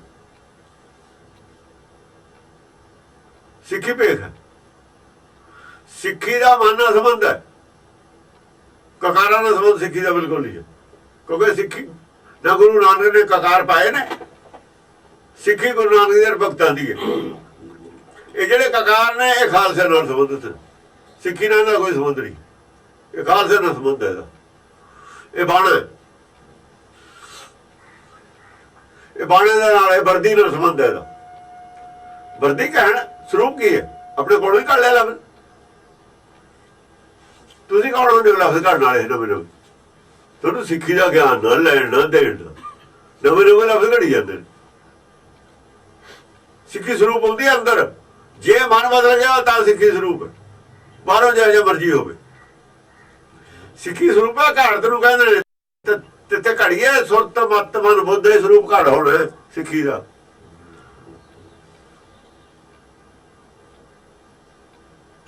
ਗੁਰਬਾਣੀ ਘੜ ਰਹੀ ਹੈ ਸਰੂਪ ਤਾਂ ਤੁਹਾਡਾ। ਕਰੂਪ ਹੈ। ਪਹਿਲੀ ਕੀ ਸੀ? ਕਰੂਪ ਕੁਜਾਤ ਕੁਲਖਣੀ ਸਹੁਰੇ ਪਈਏ ਬੁਰੀ। ਪਹਿਲੀ ਬੁੱਧੀ ਸੀ ਜਿਹੜੀ ਕਬੀਰ ਕਹਿ ਰਿਹਾ ਸਰੂਪ ਔਰ ਰੂਪ ਦੀ ਗੱਲ ਕਰ ਰਹੇ। ਪਹਿਲੀ ਜਿਹੜੀ ਮੇਰੀ ਮੱਤ ਤੀ, ਇਹਨਾਂ ਕੋਲ ਤਾਂ ਉਹੀ ਹੈ ਕਬੀਰ ਵਾਲੀ। ਪਹਿਲੀ ਕਬੀਰ ਵਾਲੀ ਵੀ ਨਹੀਂ ਹੈ ਇਹਨਾਂ ਕੋਲ ਤਾਂ। ਇਹਨਾਂ ਕੋਲ ਕੁਰੂਪ ਕੁਜਾਤ ਕੁਲਖਣੀ ਹੈ, ਉਹਨੂੰ ਸਰੂਪ ਕਹੀ ਜਾਂਦੇ ਨੇ। ਸਹੁਰੇ ਪਈਏ ਬੁਰੀ ਨਾ, ਇਹ ਲੋਕ ਚੰਗੀ ਹੈ ਨਾ ਪਰਲੋਕ ਚੰਗੀ ਹੈ। ਇਹ ਲੋਕ ਚ ਰੋਜ਼ ਤਵਾ ਲੱਗਦਾ ਇਹਦੇ ਤੇ, ਗੋਰਖਵਾਲ ਤੇ ਉਸਬੋਕ ਸਵੇਰੇ ਲਾਈ ਜਾਂਦਾ ਤਵਾ। ਇੱਥੇ ਵੀ ਤਵਾ ਲੱਗਦਾ, ਉੱਥੇ ਤਾਂ ਲੱਗਣਾ ਹੀ ਹੈ। ਸਹੁਰੇ ਪਈਏ ਬੁਰੀ, ਇੱਥੇ ਵੀ ਬੁਰੀ ਹੈ, ਪਰਲੋਕ ਚ ਵੀ ਬੁਰੀ ਹੈ। ਅਬ ਕੀ ਸੁੰਦਰ ਸਰੂਪ ਸੁਲਖਣੀ ਸਹਿਜੇ ਉਦਰ ਧਰੀ। ਜਿਹੜੀ ਸਹਿਜੇ ਉਦਰ ਧਰੀ ਹੈ ਉਹ ਸਰੂਪ ਹੈ ਸਿੱਖੀ ਸਰੂਪ, ਜਿਹੜੀ ਮਜ਼ਾਕ ਗੱਲ ਹੈ। ਕੋਲੇ ਲਫ਼ਜ਼ ਘੜ ਲੈ, ਗੁਰਬਾਣੀ ਚੋਂ ਘੜੋ। ਗੁਰਬਾਣੀ ਨੂੰ ਸਮਝ ਕੇ ਰੱਖਿਆ ਕਰੋ ਲਫ਼ਜ਼ਾਂ ਦੇ, ਹੁਣ ਨਹੀਂ ਕਿਸੇ ਨੇ ਰੱਖਣ ਦੇਣੇ। ਹੁਣ ਤੇ ਲਿਹਾਜ਼ ਬਥੇਰਾ ਕਰ ਲਿਆ, 50 ਸਾਲ ਹੋ ਗਏ ਲਿਹਾਜ਼ ਕਰਦੇ ਨੇ, ਹੁਣ ਨਹੀਂ ਕਿਸੇ ਦਾ ਲਿਹਾਜ਼ ਕਰਨਾ। ਬਸ ਜਿਹਦਾ ਬੋਲਿਆ ਉੱਥੇ ਹੀ ਮੂੰਹ ਬੰਦ ਕਰਤਾ ਸਾਰਿਆਂ ਦਾ, ਉੱਥੇ ਚਪੇੜ ਪੁੱਠੇ ਹੱਥ ਦੀ ਮਾਰੀ ਵੀ ਇਹ ਕੀ ਬੋਲਦਾ। ਕਿਉਂ ਕਹਿਵੇ ਮਾਏ ਵਿਵੇਕ, ਬੋਲਣ ਜੇ ਵਿਵੇਕ ਆ, ਵਿਵੇਕ ਦਾ ਪਤਾ ਲੱਗ ਜਾਂਦਾ। ਮੂੰਹੋਂ ਗੱਲ ਕੱਢਣ ਜੇ ਪਤਾ ਲੱਗ ਜੂ ਇਹ ਅਗਿਆਨੀ ਹੈ ਜਾਂ ਗਿਆਨਵਾਨ ਹੈ, ਵਿਵੇਕੀ ਹੈ ਜਾਂ ਮੂਰਖ ਹੈ। ਉਹ ਮੂਰਖ ਵਿਵੇਕੀ ਬਣੇ ਫਿਰਦੇ ਤੁਸੀਂ, ਸਿੱਖੀ ਬਣਾ ਦੋਗੇ ਤੁਸੀਂ। ਪਰਪੰਚ ਰਚ ਰਹੇ ਨੇ ਬੜੇ ਬੜੇ ਪਰਪੰਚ, ਪੈਸੇ ਜੋ ਇਕੱਠੇ ਕਰਨੇ ਤੇ ਪੈਸੇ ਨਾਲ ਸਿੱਖੀ ਫੈਲ ਜੂਗੀ ਤੁਹਾਡੇ ਨਾਲ। ਹਾਂਜੀ, ਦੁਬਦਾ ਮੇਟ ਖਿਵਾ ਗਏ ਰਹੋ, ਕਰਮ ਧਰਮ ਕੀ ਸੂਲ ਨਾ ਸਹੋ। ਕਰਮ ਧਰਮ ਕੀ ਸੂਲ ਨਾ ਸਹੋ। ਨਵਾਂ ਜਾਲ ਵਿਛਾਤਾ ਕਰਮ ਧਰਮ ਦਾ, ਜਾਲੇ ਵਿਛਾ ਰਹੇ ਨੇ ਇਹ। ਜਾਲ 'ਚ ਫਸਾ ਕੇ ਫੜਨਗੇ, ਜਾਲ ਫਸਾ ਕੇ ਲੋਕਾਂ ਦੇ ਪੈਸੇ ਲੈਣਗੇ। ਜਾਲ ਤਾਣਾ ਬਣਿਆ ਕਿਹਨਾਂ ਜਾਲ, ਲੋਕਾਂ ਨੂੰ ਮੁੰਡਿਆਂ ਨੂੰ ਪੱਗਾਂ ਉਹ ਦੇ ਮੁਕਾਬਲੇ ਕਰਾ ਬਾਣੀ, ਇਹ ਸਿਰਫ ਜਾਲ ਹੈ ਬਣਿਆ ਹੋਇਆ ਇਹਨਾਂ ਨੇ, ਭਰਮ ਜਾਲ। ਕਿਵੇਂ ਪੈਸੇ ਇਕੱਠੇ ਕਰੀਏ, ਕਿਵੇਂ ਲੋਕਾਂ ਨੂੰ ਦੇਈਏ, ਹਿਸਾਬ ਦਾ ਕਿਸੇ ਨੂੰ ਦੇਣਾ ਹੀ ਨਹੀਂ। ਕਾਰ ਸੇਵਾ ਵਾਲੇ ਵੀ ਇਹੀ ਕਰਦੇ ਰਹੇ ਨੇ ਹੁਣ ਤਾਈਂ। ਕਾਰ ਸੇਵਾ ਵਾਲੇ ਜਿਹੜੇ ਧੜੇ ਬਣੇ ਨੇ, ਲੜਾਈਆਂ ਹੁੰਦੀਆਂ ਨੇ, ਕਿਉਂ ਹੁੰਦੀਆਂ ਨੇ? ਕਾਹਦੇ ਵਾਸਤੇ ਹੁੰਦੀਆਂ? ਸੇਵਾ ਵਾਸਤੇ ਤਾਂ ਕੋਈ ਲੜਾਈ ਨਹੀਂ ਹੁੰਦੀ। ਸੇਵਾ ਵਾਸਤੇ ਨਹੀਂ ਹੁੰਦੀ ਲੜਾਈ। ਜਦੋਂ ਥਾਣੇਦਾਰੀ ਕਰਨੀ ਹੋਵੇ ਨਾ ਸੇਵਾ, ਥਾਣੇਦਾਰ ਵਾਲੀ ਸੇਵਾ, ਫਿਰ ਪੁਲਿਸ ਸਟੇਸ਼ਨ ਵਿਕਦੇ ਨੇ, ਫਿਰ ਥਾਣੇ ਵਿਕਦੇ ਨੇ। ਸੇਵਾ ਵੀ ਕਰਨੀ ਹੈ ਨਾ ਥਾਣੇਦਾਰ ਨੇ, ਸੇਵਾ ਹੀ ਕਰਦੇ ਹੁੰਦੇ ਨੇ ਥਾਣੇਦਾਰ ਪੁਲਿਸ, ਪਰ ਪੁਲਿਸ ਸਟੇਸ਼ਨ ਵਿਕਦੇ ਨੇ।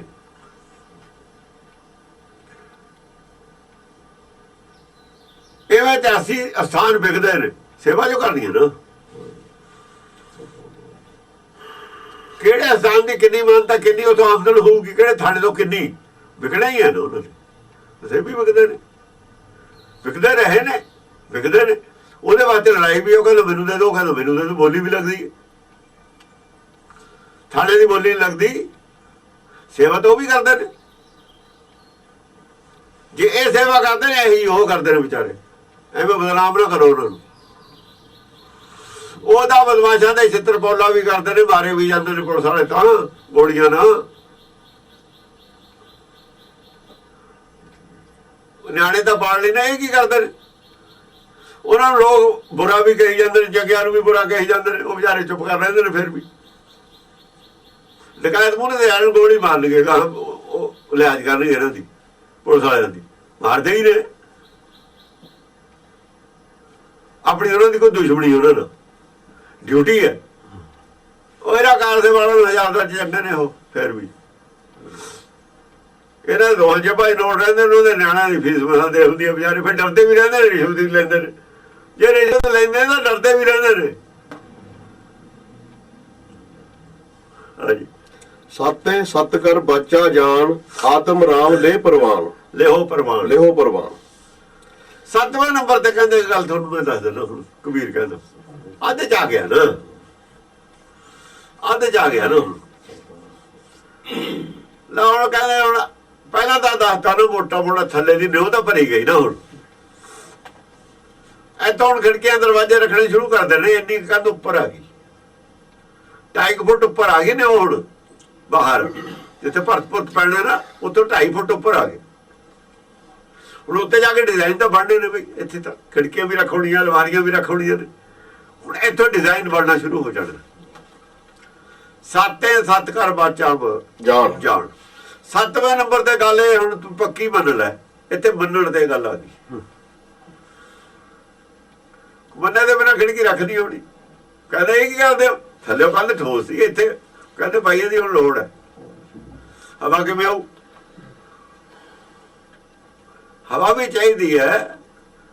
ਰੋਸ਼ਨੀ ਵੀ ਚਾਹੀਦੀ ਹੈ। ਰੋਸ਼ਨੀ ਤਾਂ ਹੋਊਗੀ ਜੇ ਡਿਜ਼ਾਈਨ ਥੱਲੇ ਵਾਲਾ ਬਦਲਣਾ ਪਊਗਾ। ਹੁਣ ਕੁਛ ਠੋਸ ਨਹੀਂ ਕਰ ਸਕਦੇ ਸਭ ਕੁਛ, ਥੱਲੇ ਤਾਂ ਠੋਸੇ ਚੜਾਈ ਹੋਈ ਹੈ ਨਾ। ਹੁਣ ਸਹੀ ਸਤਿਕਾਰ ਬਾਚਾ ਜਾਣ ਆਤਮ ਰਾਮ ਲਿਓ ਪ੍ਰਭੂ, ਤੂੰ ਹੀ ਰਾਮ ਹੈ। ਪਰ ਤੂੰ ਆਪਣੇ ਆਪ ਨੂੰ ਰਾਮ ਹੀ ਮੰਨ ਲੈ। ਰਾਮ ਕਿਸੇ ਬਾਹਰ ਬੰਦੇ ਨੂੰ ਮੰਨਣ ਦੀ ਲੋੜ ਨਹੀਂ ਹੈ ਕਿਸੇ ਨੂੰ। ਰਾਮ ਤੂੰ ਆਪ ਹੀ ਹੈ। ਆਤਮ ਰਾਮ ਲਿਓ ਪ੍ਰਭੂ। ਹਾਂ, ਤੇਰਾ ਆਪਣਾ ਆਪਾ ਹੀ ਰਾਮ ਹੈ, ਸਰੀਰ ਕਰਕੇ ਨਹੀਂ, ਆਤਮਾ ਕਰਕੇ। ਇਹ ਜਿਹੀ ਆਤਮਾ ਰਾਮ ਚ ਸੀ। ਇਹ ਜਿਹੀਆਂ ਗਲਤੀਆਂ ਉਹਨੇ ਕੀਤੀਆਂ ਜਾਈਆਂ ਤੁਸੀਂ ਕਰਦੇ। ਉਹ ਵੀ ਜਨਾਨੀ ਦੀ ਮਗਰ ਲੱਗਿਆ ਸੀ ਵਿਚਾਰਾ। ਬਾਪ ਦੀ ਵੀ ਗੱਲ ਮੰਨੀ ਹੈ।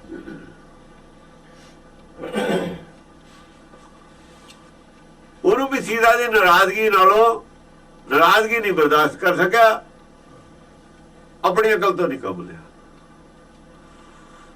ਬੜੀ ਵਿਫਤਾ ਪੈ ਗਈ, ਬੜਾ ਕਸ਼ਟ ਦੇ ਵਿੱਚ ਪੈ ਗਿਆ। ਆਦਮੀ ਉਹ ਸੀ ਨਾ ਸਧਾਰਨ। ਫਿਰ ਦੇਖ ਸੀ, ਉਹ ਗੱਲ ਅਲੱਗ ਹੈ। ਸੀਤਾ ਵੀ ਕੋਈ ਐਸੀ ਨਹੀਂ ਸੀ ਗੱਲ, ਭਾਵੇਂ ਸੀ ਬੁੱਧੀ ਉਹਦੀ, ਬੁੱਧੀ ਹਰਲੀ ਜੋ ਹੋਣਾ ਸੀ ਹੋਏ ਜਾਂਦਾ ਹੁੰਦਾ। ਜਦੋਂ ਕਰਾਉਣਾ ਹੁੰਦਾ ਨਾ ਪਰਮੇਸ਼ਰ ਨੇ, ਮਾਤਾ ਕੋਈ ਤੋਂ ਨਹੀਂ ਕਰਾ ਲਿਆ, ਪਰਮੇਸ਼ਰ ਨੇ ਕਰਾਈ ਹੈ ਖੇਡ। ਉਹ ਕਿਸੇ ਨੇ ਵੀ ਕਰਾ ਲੈਂਦਾ। ਕਰਨਾ ਤਾਂ ਉਹਨੇ ਆਪਣਾ ਮਰਜ਼ੀ ਹੈ, ਪਰ ਕਰਾ ਲੈਂਦਾ ਸਾਤੋਂ ਉਹ ਸਿਆਪਾ ਹੀ ਹੈ। ਮਾਤਾ ਗੁਜਰੀ ਨੂੰ ਪ੍ਰੈਸ ਕਰਤਾ ਵੀ ਨਹੀਂ, ਇਹ ਗੱਲ ਮੰਨਣੀ ਪਊਗੀ ਮੇਰੀ। ਚਲੋ ਕੀ ਕਰਦੇ, ਮਾਂ ਦਾ ਕਿਹਾ ਤਾਂ ਸਿੱਟਿਆ ਨਹੀਂ ਜਾ ਸਕਦਾ, ਖਾਲਸੇ ਦਾ ਕਿਹਾ ਤਾਂ ਸਿੱਟਤਾ ਸਾਰਿਆਂ ਦਾ, ਮਾਂ ਦਾ ਕਿਵੇਂ ਸਿੱਟਦੇ। ਉਹ ਕਹਿੰਦੇ ਵੀ ਹੁਣ ਪੜ੍ਹ ਰਹੇ, ਕੋਈ ਨਹੀਂ ਠੀਕ ਹੈ ਚਲੋ ਜਿਵੇਂ ਹੋਊ। ਇਹ ਕਰਤੇ ਪੁਰਖ ਦਾ ਹੁਕਮ ਹੈ, ਮਾਂ ਦਾ ਹੁਕਮ ਨਹੀਂ ਆਇਆ। ਹੁਣ ਇਹ ਪਰਮੇਸ਼ਰ ਦਾ ਹੁਕਮ ਹੈ, ਉਹ ਬੋਲਦਾ ਜੇ ਵਿਧੀ। ਇਹ ਨਹੀਂ ਮੰਨਣਾ, ਇੱਥੋਂ ਮੰਨੂਗਾ ਹੁਣ ਇਹ। ਉਹ ਪਰਮੇਸ਼ਰ ਦਾ ਪਾਣਾ ਮੰਨ ਕੇ ਬਸ ਜੋ ਹੁਣ ਤੂੰ ਕਰੇ ਉਹੀ ਠੀਕ। ਸਭ ਪਤਾ ਸੀ ਇਹ ਹੋਣਾ, ਕਹਿੰਦੇ ਸੀ ਹੋ ਜਾਣਾ। ਉਹਨਾਂ ਨੂੰ ਕੋਈ ਸ਼ੰਕਾ ਨਹੀਂ ਸੀ, ਹੋਰ ਵੀ ਸਿੰਘ ਸੀ ਨਾਲ ਤੇ ਕੋਈ ਸ਼ੰਕਾ ਨਹੀਂ ਸੀ ਇਹ ਹੋਣਾ, ਪਰ ਫਿਰ ਵੀ ਕਰਨਾ ਪਿਆ। ਇਹ ਤਾਂ ਪਾਣਾ, ਇਹ ਤਾਂ ਪਾਣਾ। ਨਵੇਂ ਪਾਤਸ਼ਾਹ ਨੂੰ ਪਤਾ ਸੀ ਵੀ ਮੈਂ ਦਿੱਲੀ ਜਾਊਂ ਕੀ ਹੋਊਗਾ। ਮੈਂ ਇਹ ਕਹਿਤਾ ਉਹਨਾਂ ਨੂੰ ਵੀ ਜਾਓ, ਸਾਡਾ ਇੱਕ ਗੁਰੂ ਹੈ, ਉਹਨੂੰ ਮੁਸਲਮਾਨ ਬਣਾ ਲਓ, ਅਸੀਂ ਬਣ ਜਾਵਾਂਗੇ। ਉਹਨਾਂ ਨੂੰ ਪਤਾ ਸੀ ਕੀ ਹੋਊ ਰਿਜ਼ਲਟ, ਪਰ ਕਹਿਤਾ। ਮਤੀਦਾਸ ਸਦੀਦਾਸ ਨੂੰ ਪਤਾ ਸੀ ਵੀ ਰਿਜ਼ਲਟ ਕੀ ਹੋਊ, ਕਹਿਤਾ। ਸਾਹਿਬਜ਼ਾਦਿਆਂ ਨੂੰ ਪਤਾ ਸੀ ਵੀ ਇਹ ਕਹਿਣ ਦਾ ਰਿਜ਼ਲਟ ਕੀ ਹੋਊ, ਕਹਿਤਾ।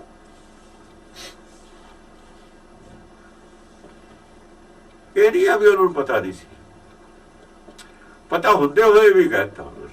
ਔਰ ਉਹੀ ਕਹਿਣਾ ਯੋਗ ਸੀ, ਉਹੀ ਕਿਹਾ ਜਾਂਦਾ ਹੈ। ਇਮਤਿਹਾਨ ਸੀ, ਉਹਨਾਂ ਇਮਤਿਹਾਨ ਤੋਂ ਭੱਜ ਕੇ ਜਾਂਦੇ। ਸਾਹਿਬ ਸੰਕਟ ਵੈ ਸੇਵਕ ਭਜਾ, ਚਰਮ ਕਾਲ ਨਾ ਜੀ ਹੈ। ਦੋ ਲੋਕ ਲੱਜਾ, ਦੋ ਕੋਲ ਲੱਜਾ, ਦੋਨੇ ਕੋਲ ਲੱਜਾ। ਸਾਹਿਬ ਨੇ ਸਵਾਲ ਖੜਾ ਕਰਤਾ ਪੂਰੇ ਆ ਕੇ,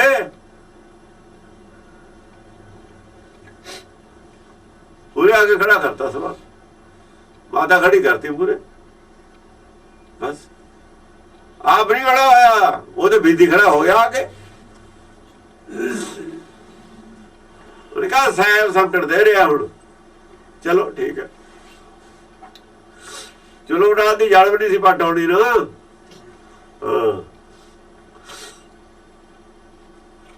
ਦੇਖੋ ਮਾਤਾ ਨੇ ਸਾਰੀ ਉਮਰ ਕਹਿੰਦੇ ਦਸਮ ਪਾਤਸ਼ਾਹ ਦਾ ਨਾਮ ਨਹੀਂ ਲਿਆ। ਹਰਗੋਬਿੰਦ ਹੈ ਨਾ ਪਹਿਲਾਂ, ਹਰਗੋਬਿੰਦ ਨੇ ਤਲਵਾਰ ਚੱਕੀ ਹੈ, ਫਿਰ ਆ ਕੇ ਗੋਬਿੰਦ ਨੇ ਤਲਵਾਰ ਚੱਕੀ ਹੈ, ਬਾਕੀ ਕਿਸੇ ਨੇ ਨਹੀਂ ਚੱਕੀ। ਬਾਕੀ ਬੰਦ ਰੱਖੀ ਤਿੰਨਾਂ ਨੇ। ਹਰਗੋਬਿੰਦ ਸਾਹਿਬ ਨੇ ਕਹਿਤਾ ਸੀ ਵੀ ਨਹੀਂ ਹੁਣ ਲੜੂ ਨਹੀਂ, ਉਹ ਨਹੀਂ ਲੜੂ, ਗੁਰੂ ਘਰ ਨਹੀਂ ਲੜੂਗਾ। ਲੜਿਆ ਨਹੀਂ ਕੋਈ, ਜੰਗ ਨਹੀਂ ਕੀਤੀ। ਸੁਲ੍ਹਾ ਹੋ ਗਈ ਸੀ ਕਿਲੇ ਦੇ ਵਿੱਚ, ਮੁਸਲਮਾਨਾਂ ਨੇ ਹਮਲੇ ਵੀ ਕੀਤੇ, ਕੁਛ ਹੋਰ ਵੀ ਗੜਬੜ ਵੀ ਹੋਈ ਹੈ ਇੱਕ ਦੋ ਜਗ੍ਹਾ। ਤਲਵਾਰ ਨਹੀਂ ਚੱਕੀ ਇਹਨਾਂ ਨੇ ਆ ਕੇ ਚੱਕੀ। ਨੌ ਵੀ ਉਹੀ ਤਾਂ ਰੱਖਿਆ ਸੀ। ਤਲਵਾਰ ਕਰ ਚੱਕੀ। ਪੰਜਵੇਂ ਪਾਤਸ਼ਾਹ ਦੇ ਬਾਅਦ ਛੇਵੇਂ ਪਾਤਸ਼ਾਹ ਤਲਵਾਰ ਚੱਕੀ, ਨੌਵੇਂ ਦੇ ਬਾਅਦ ਇਹਨੂੰ ਚੱਕੀ। ਕਾਰਨ ਸੀ ਤਲਵਾਰ ਚੱਕੀ, ਐਵੇਂ ਨਹੀਂ ਚੱਕੀ। ਉਧਰ ਪੰਜਵੇਂ ਪਾਤਸ਼ਾਹ ਨੂੰ ਸ਼ਹੀਦ ਕੀਤਾ, ਇੱਧਰ ਨੌਵੇਂ ਨੂੰ ਸ਼ਹੀਦ ਕੀਤਾ, ਬਿਨਾਂ ਕਿਸੇ ਕਾਰਨ ਤੇ ਸ਼ਹੀਦ ਕੀਤਾ। ਤਲਵਾਰ ਤੇ ਚੱਕਣੀ ਸੀ, ਨੌ ਵੀ ਉਹੀ ਹੈ। ਮਾਤਾ ਨੂੰ ਵੀ ਪਤਾ ਸੀ, ਇੰਨੀ ਗੱਲ ਦਾ ਮਾਤਾ ਨੂੰ ਪਤਾ ਸੀ, ਨੌ ਹੀ। ਉਹਨੂੰ ਸ਼ੱਕ ਸੀ ਵੀ ਉਹੀ ਕੰਮ ਕਰਦਾ ਹੈ ਜਿਹੜਾ ਸੁਣੀ ਤਾਂ ਹੋਈ ਸੀ ਨਾ ਗੱਲ, ਸੁਣੀ ਤਾਂ ਹੋਈ ਸੀ। ਨੌਵੇਂ ਪਾਤਸ਼ਾਹ ਨੇ ਜਾਂ ਜੰਗ ਕੀਤੀ, ਵਿਆਹ ਹੈ ਤਾਂ ਹੋਏ ਸੀ, ਇਹ ਵਿਆਹ ਤਾਂ ਹੋਇਆ ਹੋਇਆ ਸੀ, ਦੇਖਿਆ ਤਾਂ ਉਹਨਾਂ ਨੇ ਵੀ ਹੋਇਆ ਸੀ ਸਾਰਾ ਨਕਸ਼ਾ। ਕਹਿੰਦੀ ਇਹ ਤਾਂ ਉਹੀ ਹੈ, ਉਹੀ ਮੰਨਦੇ ਸੀ, ਉਹੀ ਹੈ। ਉਹ ਗੁਣ ਸਾਰੇ ਉਹਦੇ ਵਾਲੇ ਹੀ ਸੀ ਨਾ, ਸਾਰੇ ਲੱਛਣ ਉਹਦੇ ਵਾਲੇ ਹੀ ਸੀਗੇ। ਉਹਨਾਂ ਨੇ ਬਾਣੀ ਨਹੀਂ ਰਚੀ, ਇਹਨਾਂ ਨੇ ਬਾਣੀ ਰਚੀ ਹੈ, ਪਰ ਗ੍ਰੰਥ ਦੇ ਬਾਹਰ ਰੱਖੀ ਹੈ ਕਿ ਤਲਵਾਰ ਜੇ ਚੱਕੀ ਹੈ ਨਾਲ ਦੂਈ। ਜਿਨ੍ਹਾਂ ਨੇ ਤਲਵਾਰ ਦੂਈ ਮੂਹਰੇ ਹੋ ਕੇ ਨੌਵੇਂ ਪਾਤਸ਼ਾਹ ਨੇ ਜ਼ਰੂਰ ਚੱਕੀ ਹੈ, ਪਰ ਚਕਾਈ ਹੋਈ ਚੱਕੀ ਹੈ, ਆਪਣੀ ਚੱਕੀ ਉਹਨਾਂ ਨੇ। ਉਹਨਾਂ ਦੀ ਬਾਣੀ ਤਾਂ ਹੈ ਵਿੱਚ ਜ਼ਰੂਰ। ਆ ਬੈਰਾਗ ਹੋ ਗਿਆ ਸੀ ਜਦ ਪੈਂਡੇ ਖਾਂ ਦਾ ਜੋਈ ਮਾਰਿਆ ਇਹਨਾਂ ਨੇ, ਜਿਹੜਾ ਜਿਹਨੂੰ ਤਲਵਾਰ ਦਿੱਤੀ ਸੀ ਇਹਨਾਂ ਦੇ ਨਾਲ ਸੀ। ਬਸ ਮਨ ਦੇ ਉੱਤੇ ਅਸਰ ਹੋ ਗਿਆ ਵੀ ਇਹ ਕੀ ਕਰਤਾ। ਨੌਵੇਂ ਪਾਤਸ਼ਾਹ ਨੇ ਕਿਹਾ ਇਹਨਾਂ ਨੂੰ ਲੈ ਜਾਓ ਘਰ, ਹੁਣ ਨਹੀਂ ਲੜ ਸਕਦੇ। ਉਹ ਗੱਲ ਸੀ ਸੂਖਮ ਇਹਨਾਂ ਦੇ ਵਿੱਚ, ਭਗਤੀ ਭਾਵਨਾ ਸੀ ਨਾ। ਭਗਤੀ ਭਾਵ ਨੂੰ ਕਹਿੰਦੇ ਲੈ ਜਾਓ, ਹੁਣ ਘਰ ਨੂੰ ਲੈ ਜਾਓ, ਇਹ ਨਹੀਂ ਲੜ ਸਕਦੇ, ਜੰਗ ਚ ਨਹੀਂ ਲੜਨੇ ਚਾਹੀਦੇ। ਛੇਵੇਂ ਪਾਤਸ਼ਾਹ ਨੇ ਕਿਹਾ ਇਹ ਤਾਂ ਖੇਲੇ ਜੋ ਹੋਏ ਸੀ ਇਕੱਠੇ, ਪਾਲਿਆ ਜੋ ਹੋਇਆ ਸੀ ਨਾਲ, ਉਹ ਸੀ ਨਾ ਜਾ ਗਿਆ। ਉੱਥੋਂ ਪਤਾ ਲੱਗਦਾ ਜਿਹੜੀ ਇਹਨਾਂ ਨੇ ਬਾਣੀ ਰਚੀ ਉਹ ਚ ਕੋਮਲਤਾ, ਜਿਹੜੀ ਬਾਣੀ ਚ ਕੋਮਲਤਾ ਆਈ ਹੈ ਨਾ, ਉਹ ਦਸਮ ਪਾਤਸ਼ਾਹ ਦੀ ਬਾਣੀ ਚ ਕੋਮਲਤਾ ਹੈ ਹੀ ਨਹੀਂ, ਉੱਥੇ ਹੈ ਹੀ ਨਹੀਂ। ਉੱਥੇ ਕੋਮਲਤਾ ਵਾਲੀ ਕੋਈ ਗੱਲ ਹੀ ਨਹੀਂ ਹੈ। ਉੱਥੇ ਹੋਰ ਖੇਡ ਹੈ, ਇਹ ਹੋਰ ਖੇਡ ਹੈ। ਛੇਵੇਂ ਪਾਤਸ਼ਾਹ ਨੇ ਬਾਣੀ ਹੋਣੀ ਰਚੀ, ਉਹ ਕਹਿੰਦੇ ਮੈਂ ਕੱਲੀ ਤਲਵਾਰ ਬਹੁਤ ਹੈ ਸਾਨੂੰ ਆਹੀ। ਇਹਦੇ ਨਾਲ ਦੋਹਾਂ ਦਾ ਨਕਸ਼ਾ ਦਿਖਾਤਾ, ਉਹਦੇ ਨਾਲ ਦੋਹਾਂ ਦਾ ਨਕਸ਼ਾ ਦਿਖਾਤਾ ਉਹਨਾਂ ਨੇ। ਸਤਿ ਸਤ ਕਰ ਬਾਚਾ ਜਾਨ, ਆਤਮ ਰਾਮ ਲਿਓ ਪ੍ਰਵਾਨ। ਆਤਮ ਰਾਮ ਲਿਓ ਪ੍ਰਵਾਨ, 7ਵੇਂ ਨੰਬਰ ਤੇ ਜਿਹੜਾ ਤੂੰ ਹੈ, ਤੂੰ ਰਾਮ ਹੀ ਹੈ। ਸਭੇ ਘੱਟ ਰਾਮ ਬੋਲਦਾ, ਤੂੰ ਆਪੇ ਬੋਲਦਾ, ਹੋਰ ਕੌਣ ਬੋਲਦਾ? ਇਹ ਤਾਂ ਕਦੇ ਕਦੇ ਮਾਇਆ ਨਾਲ ਜੁੜ ਕੇ ਬੋਲਦਾ, ਇੱਕੋ ਹੀ ਆਦਮੀ ਹੈ। ਜਦ 6 ਚੱਕਰਾਂ 'ਚ ਪੈ ਜਾਂਦਾ ਫਿਰ ਉਲਟ ਬੋਲੀ ਬੋਲਦਾ। ਆ 6 ਜਿਹੜੇ ਚੱਕਰ ਨੇ ਨਾ, ਇਹਨਾਂ 'ਚ ਫਸਿਆ ਤਾਂ ਹੋਰ ਬੋਲੀ ਬੋਲਦਾ, ਇਹਨਾਂ ਤੋਂ ਵੱਖਰਾ ਹੋ ਕੇ ਬੋਲੀ ਹੋਰ ਬੋਲਦਾ। ਇਹਨਾਂ 6 ਚੱਕਰਾਂ 'ਚ ਫਸਿਆ ਹੋਇਆ ਕ੍ਰਿਸ਼ਨ ਹੈ, ਨਹੀਂ ਰਾਮ। ਉਹੀ ਰਾਮ ਉਹੀ ਕ੍ਰਿਸ਼ਨ ਹੈ, ਦੋ ਨਹੀਂ ਹੁੰਦੇ। ਰਾਮ ਵੀ ਆਪੇ ਆ, ਕ੍ਰਿਸ਼ਨ ਵੀ ਆਪੇ ਆ ਤੂੰ, ਪਰ ਕ੍ਰਿਸ਼ਨ ਦੀ ਲੋੜ ਨਹੀਂ, ਸਾਨੂੰ ਰਾਮ ਦੀ ਲੋੜ ਹੈ।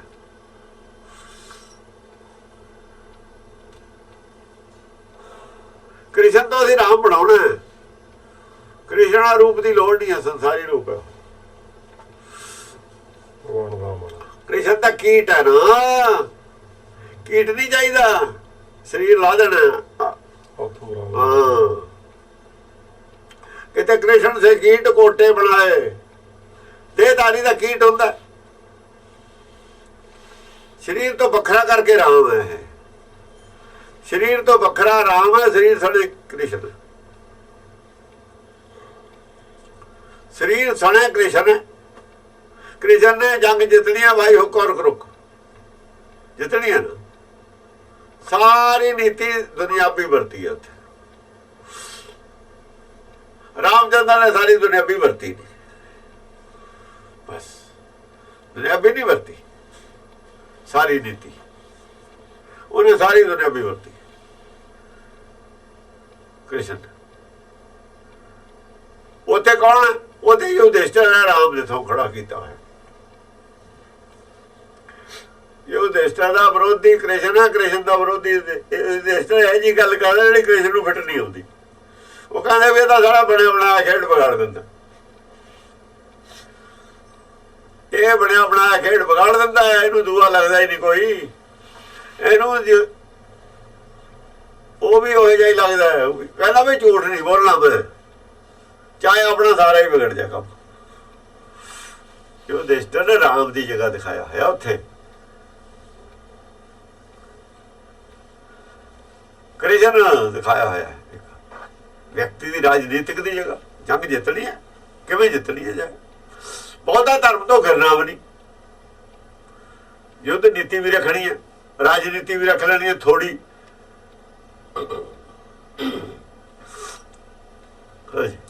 ਛੁੱਟੇ ਸੰਸਾ ਮਿਟ ਜਾਏ ਦੁੱਖ, ਸੁਨ ਸਰੋਵਰ ਪਾਵੋ ਸੁਖ। ਜੇ ਤੂੰ ਆਪਣੇ ਆਪ ਨੂੰ ਰਾਮ ਮੰਨ ਲਵੇਨਾ, ਤੇਰੀ ਸ਼ੰਕਾ ਹੀ ਛੁੱਟ ਜੂ ਰਾਮ ਦੇ ਦਰਸ਼ਨ ਵਾਲੀ। ਫਿਰ ਆਪਣਾ ਆਤਮ ਦਰਸ਼ਨ ਕਰ ਲੇਗਾ, ਰਾਮ ਦਾ ਦਰਸ਼ਨ ਹੋ ਜਾਊਗਾ। ਫਿਲਾਸਫੀ ਬਦਲਤੀ, ਰਾਮ ਦਾ ਦਰਸ਼ਨ ਆਤਮ ਦਰਸ਼ਨ ਹੋ ਜਾਊਗਾ। ਇਸ ਕਰਕੇ ਗੁਰਬਾਣੀ ਆਤਮ ਦਰਸ਼ਨ ਕਰਦੀ, ਆਤਮ ਦਰਸ਼ਨ ਤੇ ਰਾਮ ਦਾ ਦਰਸ਼ਨ ਹੈ। ਆਤਮ ਦਰਸ਼ਨ ਤੂੰ ਹੀ ਰਾਮ ਹੈ, ਉਹ ਜੀ ਉਹੀ ਆਤਮਾ ਹੈ, ਜੀ ਉਹੀ ਆਤਮਾ। ਆਤਮਾ ਦਾ ਦਰਸ਼ਨ ਰਾਮ ਦਾ ਦਰਸ਼ਨ ਇੱਕੋ ਹੀ ਗੱਲ ਹੈ। ਤੇਰੀ ਆਤਮਾ ਦਾ ਦਰਸ਼ਨ ਤੈਨੂੰ ਹੋਣਾ, ਰਾਮ ਦਾ ਦਰਸ਼ਨ ਰਾਮ ਦੀ ਆਤਮਾ ਨੂੰ ਹੋਣਾ। ਦੋਹਾਂ ਦੀ ਆਤਮਾ ਇੱਕੋ ਹੀ ਹੈ, ਕੋਈ ਫਰਕ ਨਹੀਂ।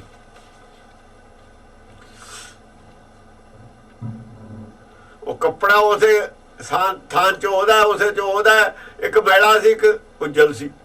ਜਦ ਮੈਲੇ ਤੋਂ ਉੱਜਲ ਹੋ ਗਿਆ, ਤੂੰ ਆਪ ਇੱਕੋ ਹੀ ਗੱਲ ਹੋ ਗਈ। ਇੱਕੋ ਜਿਹੀਆਂ ਵਰਦੀਆਂ ਦਿੱਤੀਆਂ ਨੇ ਫੌਜ ਨੂੰ, ਪਰਮੇਸ਼ਰ ਇੱਕੋ। ਦੇਖੋ ਨਾ, ਫੌਜੀ ਨੂੰ ਇੱਕੋ ਜਿਹੀਆਂ ਵਰਦੀਆਂ, ਇੱਕੋ ਜਿਹੇ ਰੈਂਕ ਦੇ ਆਦਮੀ ਨੂੰ ਇੱਕੋ ਜਿਹੀਆਂ ਚੀਜ਼ਾਂ ਨਹੀਂ ਮਿਲਦੀਆਂ।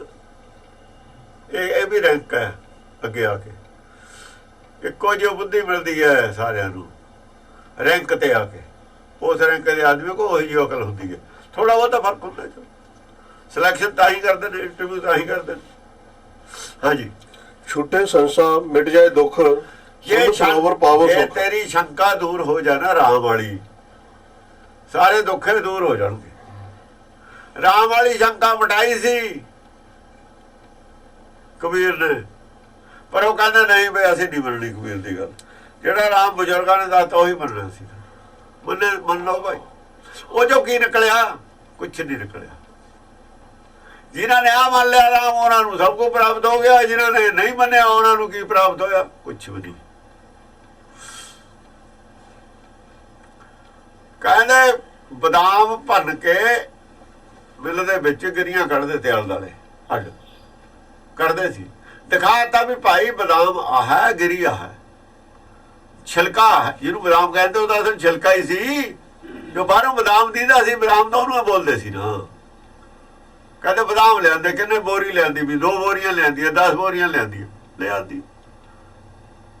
ਫਿਰ ਉਹ ਜੋ ਗਿਰੀ ਕੱਢ ਲਈ, ਉਹਨੂੰ ਛਿਲਕਾ ਕਹਿਣ ਲੱਗ ਗਏ ਸੀ। ਤਾਂ ਨਾਂ ਬਦਲ ਲੈਣੇ ਨਾ, ਉਹਨੂੰ ਗਿਰੀ ਕਹਿਣ ਲੱਗੇ, ਬਦਲ ਤਾਂ ਗਏ ਨਾ। ਬਦਾਮ ਗਿਰੀ ਚਲੋ ਨਾਂ ਰੱਖ ਲਾਂਗੇ। ਉਹ ਗਿਆ ਬਦਾਮ ਛਿਲਕਾ। ਉਹ ਦਫਾ ਆਉਣਾ ਨੂੰ ਛਿਲਕਾਰ ਗਿਰੀ ਦਿਖਾਤੀ। ਫਿਰ ਵੀ ਉਹਦੇ ਚੋਂ ਹੀ ਚਾਹੁੰਦੇ ਨੇ, ਛਿਲਕੇ ਚੋਂ। ਛਿਲਕੇ ਚੋਂ ਬਦਾਮ ਰੋਕਣਾ ਤਾਕਤ ਭਾਲਦੇ ਨੇ। ਉੱਥੇ ਕਿੱਥੇ ਆ ਇਹ ਅਸਲੀ ਤਾਕਤ? ਤਾਂ ਉਹਦੇ ਵਿੱਚ ਅੰਦਰਲੇ ਚ। ਉਸੇ ਨੇ ਜੰਮਣਾ, ਛਿਲਕਾ ਵਿਚਲੋਂ ਨਹੀਂ ਜੰਮਦਾ। ਅੰਦਰਲੀ ਗਿਰੀ ਜੰਮੂ, ਫਿਰ ਬੂਟਾ ਹੋ ਜੂ, ਫਿਰ ਬਦਾਮ ਲੱਗਣਗੇ, ਛਿਲਕਾ ਫਿਰ ਨਾਲ ਹੋ ਜੂਗਾ। ਛਿਲਕਾ ਤਾਂ ਉਹੀ ਵਾਧੂ ਹੁੰਦਾ, ਬੀਜੀ ਦੀ ਗਿਰੀ ਹੁੰਦੀ ਹੈ। ਮੂੰਗਫੜੀ ਹੈ, ਮੂੰਗਫੜੀ ਦੀ ਗਿਰੀ ਬੀਜਦੇ, ਛਿਲਕਾ ਤਾਂ ਬੀਜਦਾ ਨਹੀਂ। ਉਹ ਜਦ ਫਿਰ ਬੂਟਾ ਜੰਮਦਾ, ਸਭ ਕੁਝ ਛਿਲਕਾ ਸਣੇ ਫਿਰ ਆਉਂਦਾ, ਛਿਲਕਾ ਨਹੀਂ ਨਾਲ ਆਉਂਦਾ। ਛਿਲਕਾ ਦਾ ਬੀਜਿਆ ਨਹੀਂ, ਛਿਲਕਾ ਕਿੱਥੋਂ ਆ ਗਿਆ? ਛਿਲਕਾ ਤਾਂ ਰੁੰਗੇ ਜੇ ਹੁੰਦਾ, ਛਿਲਕੇ ਦਾ ਨਹੀਂ ਰੌਲਾ ਹੁੰਦਾ। ਉਹਦਾ ਰਾਮ ਦੀ ਮੂਰਤੀ ਬਣਾਈ ਵੈਸੇ ਉਹਦਾ ਛਿਲਕਾ, ਛਿਲਕਾ ਚਲੋ ਛਿਲਕਾ ਬੀਜ ਦੋ ਸਾਰਾ ਹੀ। 10 ਕਿਲੋ ਦੀ ਗਿਰੀ ਪੈਂਦੀ ਆ, 10 ਕੁਇੰਟਲ ਦਾ ਛਿਲਕਾ ਪਾ ਦੋ ਤੁਸੀਂ ਖੇਤ ਚ। ਇੱਕ ਵੀ ਬੂਟਾ ਦੇਖ ਲਓ ਜੇ ਜੰਮਿਆ, ਜੰਮਿਆ ਹੋਊਗਾ, ਖਾਦ ਬਣ ਜੂ ਸਾਰੇ ਦੀ। ਸਾਲ 2 ਸਾਲ ਚ ਗਲ ਕੇ ਖਾਦ ਬਣੂ। ਇਸ ਕਰਕੇ ਕਿਸੇ ਦੇ ਅੰਦਰੋਂ ਕੁਛ ਨਹੀਂ ਪੈਦਾ ਹੋਇਆ। ਜਿਨ੍ਹਾਂ ਨੇ ਰਾਮ ਸਰੀਰ ਨੂੰ ਮੰਨਿਆ, ਮੂਰਤੀ ਪੂਜੇ ਦੇ ਅੰਦਰ ਜੰਮਿਆ ਹੀ ਨਹੀਂ ਹੈ। ਜੰਮੇਗੀ ਜੇ ਬੀਜੇ ਸੱਚ ਬੀਜਦੇ ਤਤ ਬੀਜਦੇ ਤਾਂ ਜਮਦਾ ਤਤ ਗਿਰੀ ਚ ਸੀ, ਤਤ ਉਹ 'ਚ ਹੈ ਨਹੀਂ ਸੀ। ਜਿੱਥੇ ਤਤ ਸੀ ਉਹ ਚੀਜ਼ ਛੱਡਤੀ, ਤਤ ਹੈ ਨਹੀਂ ਸੀ ਉਹ ਚੀਜ਼ ਲੈ ਲਈ। ਇਹ ਗੱਲ ਸਮਝਾਈ ਸੀ ਕੋਈ ਬੈਰ ਨਹੀਂ ਸੀ ਕੀਤਾ, ਕੋਈ ਮੁਖਾਲਫਤ ਨਹੀਂ ਸੀ ਕੀਤੀ। ਆਪਣਿਆਂ ਨੂੰ ਇਹ ਸਮਝਾਇਆ ਸੀ, ਘਰਦਿਆਂ ਨੂੰ ਕੋਈ ਬਗਾਨੇ ਸੀਗੇ। ਕਬੀਰ ਕਿਤੇ ਬਗਾਨਾ ਹੋ ਕੇ ਸਮਝਾ ਰਿਹਾ। ਭਾਈ ਕਹਿ ਰਿਹਾ ਨਹੀਂ ਤਾਂ ਬੁੱਢੇ ਭਾਈ ਕੌਣ ਹੁੰਦਾ? ਬਗਾਨਾ ਹੁੰਦਾ। ਭਾਈ ਤਾਂ ਬਗਾਨਾ ਨਹੀਂ ਹੁੰਦਾ। ਇਹ ਸਮਝਾਇਆ ਸੀ ਭਗਤਾਂ ਨੇ, ਬੁਰੇ ਦਾ ਭਲਾ ਕਰ। ਬੁਰੇ ਦਾ ਭਲਾ ਕਰ ਤੇ ਸਮਝਾਉਣ ਵਾਲਿਆਂ ਨੂੰ ਬੁਰੇ ਸਮਝਦੇ ਨੇ। ਟੀਚਰ ਨੂੰ ਨਹੀਂ ਨਿਆਣੇ ਪਸੰਦ ਕਰਦੇ, ਕਹਿੰਦੇ ਮਾਰਦਾ ਹੈ, ਝਿੜਕਦਾ ਹੈ, ਚੰਗਾ ਨਹੀਂ ਸਮਝਦੇ। ਝਿੜਕਦਾ ਜੋ ਹੈ, ਝਿੜਕਦਾ ਕਾਹਦੇ ਖਾਤਰ ਹੈ? ਕਾਹਦੇ ਖਾਤਰ? ਤੁਹਾਡੇ ਫਾਇਦੇ ਝਿੜਕਦਾ, ਉਹਦਾ ਆਪਣਾ ਫਾਇਦਾ ਕੁਛ। ਉਹਨੂੰ ਤਾਂ ਤਨਖਾਹ ਮਿਲਦੀ ਹੈ, ਉਹਨੂੰ ਕੀ ਫਰਕ ਪੈਂਦਾ? ਪਰ ਉਹਦੀ ਬਦਨਾਮੀ ਦਾ ਹੈ ਨਾ, ਜੇ ਫੇਲ ਹੋ ਜਾਓ ਉਹਦੀ ਬਦਨਾਮੀ ਹੈ, ਤੁਹਾਡਾ ਜੀਵਨ ਖਰਾਬ ਹੈ। ਜਿਹੜੇ ਮਨਮਤ ਵਾਲੇ ਨੇ ਉਹਨਾਂ ਦੀ ਬਦਨਾਮੀ ਹੈ, ਦੁਨੀਆ ਦਾ ਜੀਵਨ ਖਰਾਬ ਹੈ। ਮਨਮਤ ਵਾਲਿਆਂ ਦੀ ਬਦਨਾਮੀ ਹੈ। ਜਿਹੜੇ ਸੰਤ ਬਨਾਰਸ ਕੇ ਠੱਗਤੇ, ਉਹਨਾਂ ਦੀ ਬਦਨਾਮੀ ਕੀਤੀ ਹੈ ਗੁਰਬਾਣੀ ਨੇ, ਕਿਉਂਕਿ ਉਹਨਾਂ ਨੇ ਲੋਕਾਂ ਦਾ ਜੀਵਨ ਖਰਾਬ ਕੀਤਾ। ਬਦਨਾਮੀ ਦਾ ਹੋਊ। ਨਾਮ ਕਿਹਦਾ ਹੋਊਗਾ? ਨਾਮ ਉਹਦਾ ਹੋਊਗਾ ਸੱਚਖੰਡ 'ਚ। ਇੱਥੇ ਵੀ ਸੱਚੇ ਮਾਰਗ ਚੱਲਦੇ ਆ, ਉਸਤਤ ਕਰੇ ਜਹਾਂ, ਉਸਤਤ ਉਹਨਾਂ ਦੀ ਹੋਊਗੀ। ਹਾਂਜੀ। ਛੁੱਟੇ ਸੰਸਾਰ ਮਿਟ ਜਾਏ ਦੁੱਖ, ਸੁਨ ਸਰੋਵਰ ਪਾਵੋ ਸੁਖ। ਬਸ ਸ਼ੰਕਾ ਦੂਰ ਹੋ ਜੂਗੀ, ਦੁੱਖ ਸਾਰੇ ਮਿਟ ਜਾਣਗੇ ਜੇ ਆਤਮ ਨੂੰ ਰਾਮ ਪ੍ਰਵਾਨ ਕਰ ਲਿਆ। ਬਸ ਸੁਨ ਸਰੋਵਰ ਪਾਵੋ ਸੁਖ। ਸੁਨ ਸਰੋਵਰ ਪਾਵੋ ਸੁਖ। ਮਨ ਨੇ ਫਿਰ ਲੱਭਣਾ ਕੀ ਸੀ ਬਾਹਰੋਂ? ਮਨ ਦੀ ਤਾਂ ਭੁੱਖ ਮਿਟ ਗਈ, ਸੁਣ ਹੋ ਗਿਆ, ਸ਼ਾਂਤ ਹੋ ਗਿਆ ਮਨ। ਉਹ ਹੋਰ ਮਨ ਨੂੰ ਕੀ ਚਾਹੀਦਾ ਸੀ ਜਾਂ ਰਾਮ ਆਪੇ ਹੋ ਗਿਆ। ਸੁਨ ਸਰੋਵਰ ਪਾਵੋ ਸੁਖ। ਜਿਹੜੇ ਸਰੋਵਰ 'ਚ ਤੂਫਾਨ ਉੱਠਦੇ ਸੀ ਨਾ, ਲਹਿਰਾਂ ਚੱਲਦੀਆਂ ਸੀ, ਸ਼ਾਂਤ ਹੋ ਕੇ ਸੁਣ ਹੋ ਕੇ ਜੰਮ ਗਿਆ। ਸੁਣ ਹੋ ਜਾਣਾ, ਬਿਲਕੁਲ ਠੰਡਾ ਹੋ ਕੇ ਜੰਮ ਗਿਆ। ਸੁਣ ਠੰਡੇ ਨੂੰ ਵੀ ਕਹਿੰਦੇ ਨੇ ਨਾ,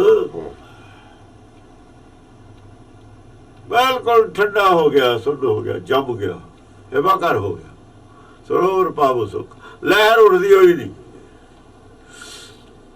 ਲਹਿਰ ਦੁਖੀ ਕਰਦੀ ਸੀ, ਲੋਭ ਲਹਿਰ ਦੁਖੀ ਕਰਦੀ ਸੀ, 6 ਚੱਕਰਾਂ ਜਗ੍ਹਾ ਹੋਈ ਫਿਰਦੀ ਸੀ। ਅਸ਼ਟਮੀ ਅਸ਼ਟ ਧਾਤ ਕੀ ਕਾਇਆ, ਤਾਂ ਮੈਂ ਉਕੁਲ ਮਹਾਰਿਤ ਨਿਧ ਰਾਇਆ।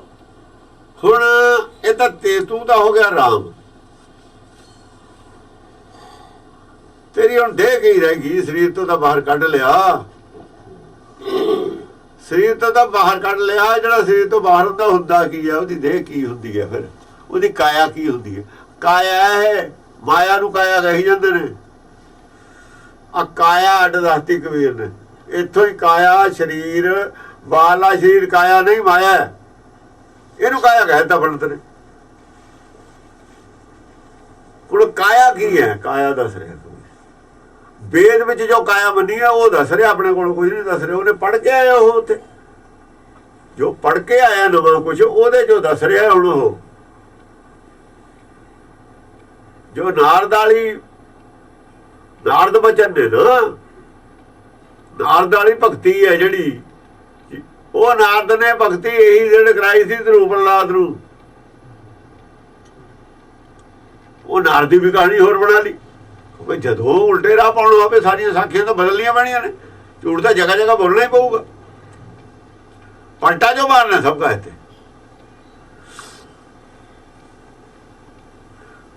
ਉਹ ਕਹਿੰਦੇ ਅਸ਼ਟਮੀ 8ਵੇਂ ਨੰਬਰ ਤੇ, ਅਸ਼ਟ ਧਾਤ ਕੀ ਕਾਇਆ। ਚੱਕ ਕੇ ਗੱਲ ਮਾਇਆ ਤੋਂ ਨਿਰਾਕਾਰ ਤੇ ਲਿਆਂਦੀ। 8ਵਾਂ ਨੰਬਰ ਆ ਗਿਆ ਨਾ। ਅਦੋਂ ਟੱਪ ਗਈ ਗੱਲ। ਹੁਣ ਸਾਧੂ ਨਹੀਂ 14 ਹੀ ਹੁੰਦੇ ਨੇ ਨਾ। 8ਵਾਂ ਦਾ ਤੋਂ ਟੱਪ ਗਿਆ। ਹੁਣ ਐਵੇਂ ਗੁਰੂ ਗ੍ਰੰਥ ਸਾਹਿਬ 'ਚ ਕੀਤਾ। ਇਹੀ ਚੀਜ਼ ਵਰਤੀ ਉੱਥੇ।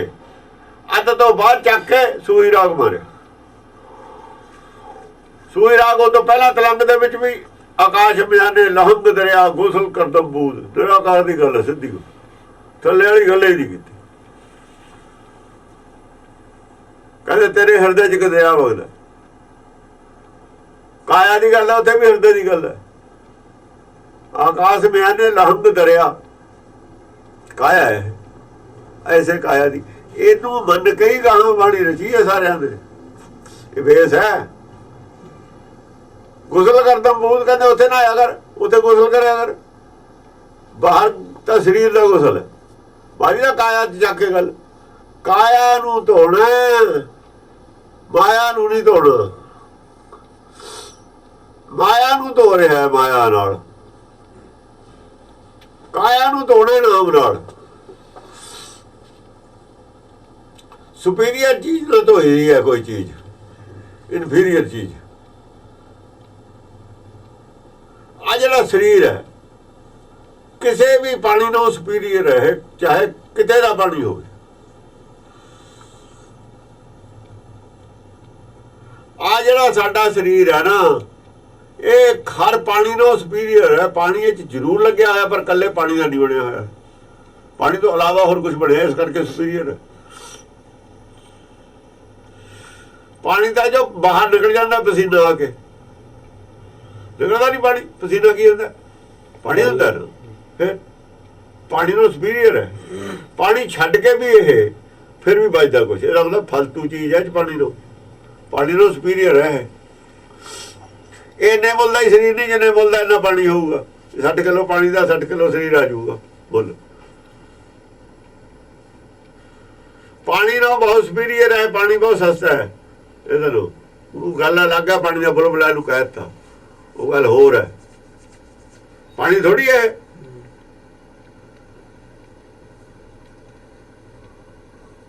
ਪਾਣੀ ਨਾਲ ਸਰੀਰ ਨੂੰ ਧੋਣਾ, ਇਨਫੀਰੀਅਰ ਚੀਜ਼ ਤੋਂ ਸੁਪੀਰੀਅਰ ਚੀਜ਼ ਧੋਣੀ ਹੈ।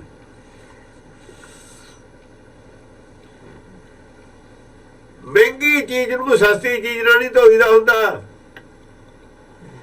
ਪਰ ਮਾਇਆ 'ਚ ਮਹਿੰਗੀ ਚੀਜ਼ ਸਸਤੀ ਨਾਲ ਧੋ ਹੁੰਦੀ ਹੈ। ਰੇਸ਼ਮ ਦਾ ਕੱਪੜਾ ਕਿੰਨਾ ਕੀਮਤੀ ਹੋਵੇ, ਸੋਨਾ ਕਿੰਨਾ ਹੀ ਕੀਮਤੀ ਹੋਵੇ, ਧੋਤਾ ਪਾਣੀ ਨਾਲੇ ਜਾਊਗਾ। ਪਾਣੀ ਜੇ ਕੋਈ ਚੀਜ਼ ਪਾਉਣੀ ਪਊ। ਸਰੀਰ ਕਿੰਨਾ ਹੀ ਕੀਮਤੀ ਹੋਵੇ, ਕਿਸੇ ਦਾ ਵੀ ਹੋਵੇ, ਪਾਣੀ ਨਾਲੇ ਧੋਣਾ ਪਊਗਾ। ਦੁੱਧ ਨਾਲੋਂ ਤਾਂ ਜ਼ਿਆਦਾ ਕੀਮਤੀ ਨਹੀਂ ਪਾਣੀ ਹੈ।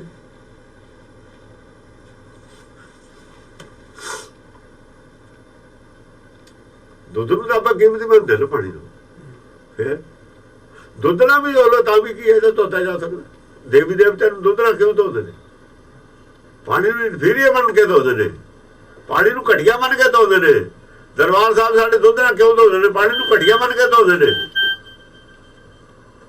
ਪਰ ਦੁੱਧ ਨਾਲ ਵੀ ਕੀਮਤੀ ਹੈ ਸਰੀਰ ਤਾਂ। ਦੁੱਧ ਤਾਂ ਅਸੀਂ ਪੀਂਦੇ ਹਾਂ ਇਹਦੇ ਵਾਸਤੇ, ਦੁੱਧ ਦੀ ਖੁਰਾਕ ਹੈ। ਇਸ ਕਰਕੇ ਬਾਹਰ ਸਰੀਰ ਦੀ ਇਹ ਤਾਂ ਹੀਰਾ ਅਮੋਲ ਕਹਿੰਦੇ। ਹੀਰਾ ਜਨਮ ਅਮੋਲ ਹੈ, ਮੁੱਲੇ ਨਹੀਂ ਇਹਦਾ। ਤੇ ਇਹਨੂੰ ਪਾਣੀ ਦਾ ਤਾਂ ਮੁੱਲ ਹੈ, ਹਰ ਚੀਜ਼ ਦਾ ਮੁੱਲ ਹੈ। ਬਾਹਰ ਕੌਡੀ ਬਦਲੇ ਚਾਹੇ ਤੋਦੇ ਕਾਹਦੇ ਨਾਲ ਨੇ? ਕੌਡੀ ਨਾਲ। ਠੀਕ ਹੈ, ਸਾਫ਼ ਹੋ ਜਾਂਦਾ। ਮੈਲੇ ਲਾਉਣੀ ਹੈ ਇਹਦੀ ਮੈਲੇ ਲਾਉਣੀ ਹੈ। ਪਰ ਜਿਹੜਾ ਮਨ ਤੋਂ ਹੁੰਦਾ ਹੈ, ਮਨ ਨੂੰ ਸੁਪੀਰੀਅਰ ਚੀਜ਼ ਨਾਲ ਧੋ। ਮਨ ਘਟੀਆ ਮਨ ਨਹੀਂ ਧੋ ਸਕਦਾ ਵਧੀਆ ਮਨ।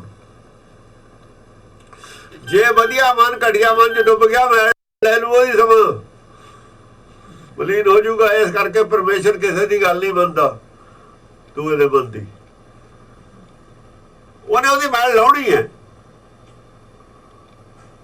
ਕੱਟਣੀ ਹੈ ਮੈਲ ਤਾਂ। ਇਸ ਕਰਕੇ ਸ਼ਬਦ ਨਾਲ ਧੋ ਹੁੰਦਾ ਹੈ।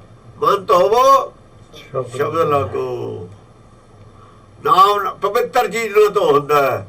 ਆ ਸ਼ਬਦ ਵੀ ਪਵਿੱਤਰ ਹੈ, ਇਹ ਸ਼ਬਦ ਪਵਿੱਤਰ ਹੈ। ਮਨ ਨੂੰ ਜੇ ਪਵਿੱਤਰ ਕਰਨਾ, ਪਵਿੱਤਰ ਗੁਰਬਾਣੀ ਨਾਲ ਧੋਵੋ। ਇੱਥੋਂ ਸਟਾਰਟ ਕਰੋ। ਮਨ ਧੋਵੋ ਸ਼ਬਦ ਲਾਗੋ, ਰਹੋ ਹਰਸਿਓ ਚਿੱਤ ਲਾਏ। ਬਾਹਲੇ ਸਰੀਰ ਦਾ ਕੀ ਹੈ? ਪਾਣੀ ਨਾਲ ਧੋ ਜਾਂਦਾ।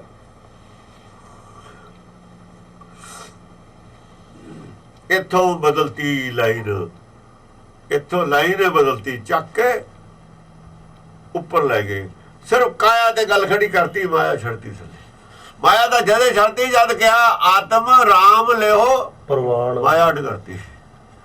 ਹੁਣ ਆਤਮ ਨੂੰ ਧੋਣਾ, ਧੋਣਾ ਤਾਂ ਆਤਮਾ ਨੂੰ ਹੋ ਗਿਆ। ਹੁਣ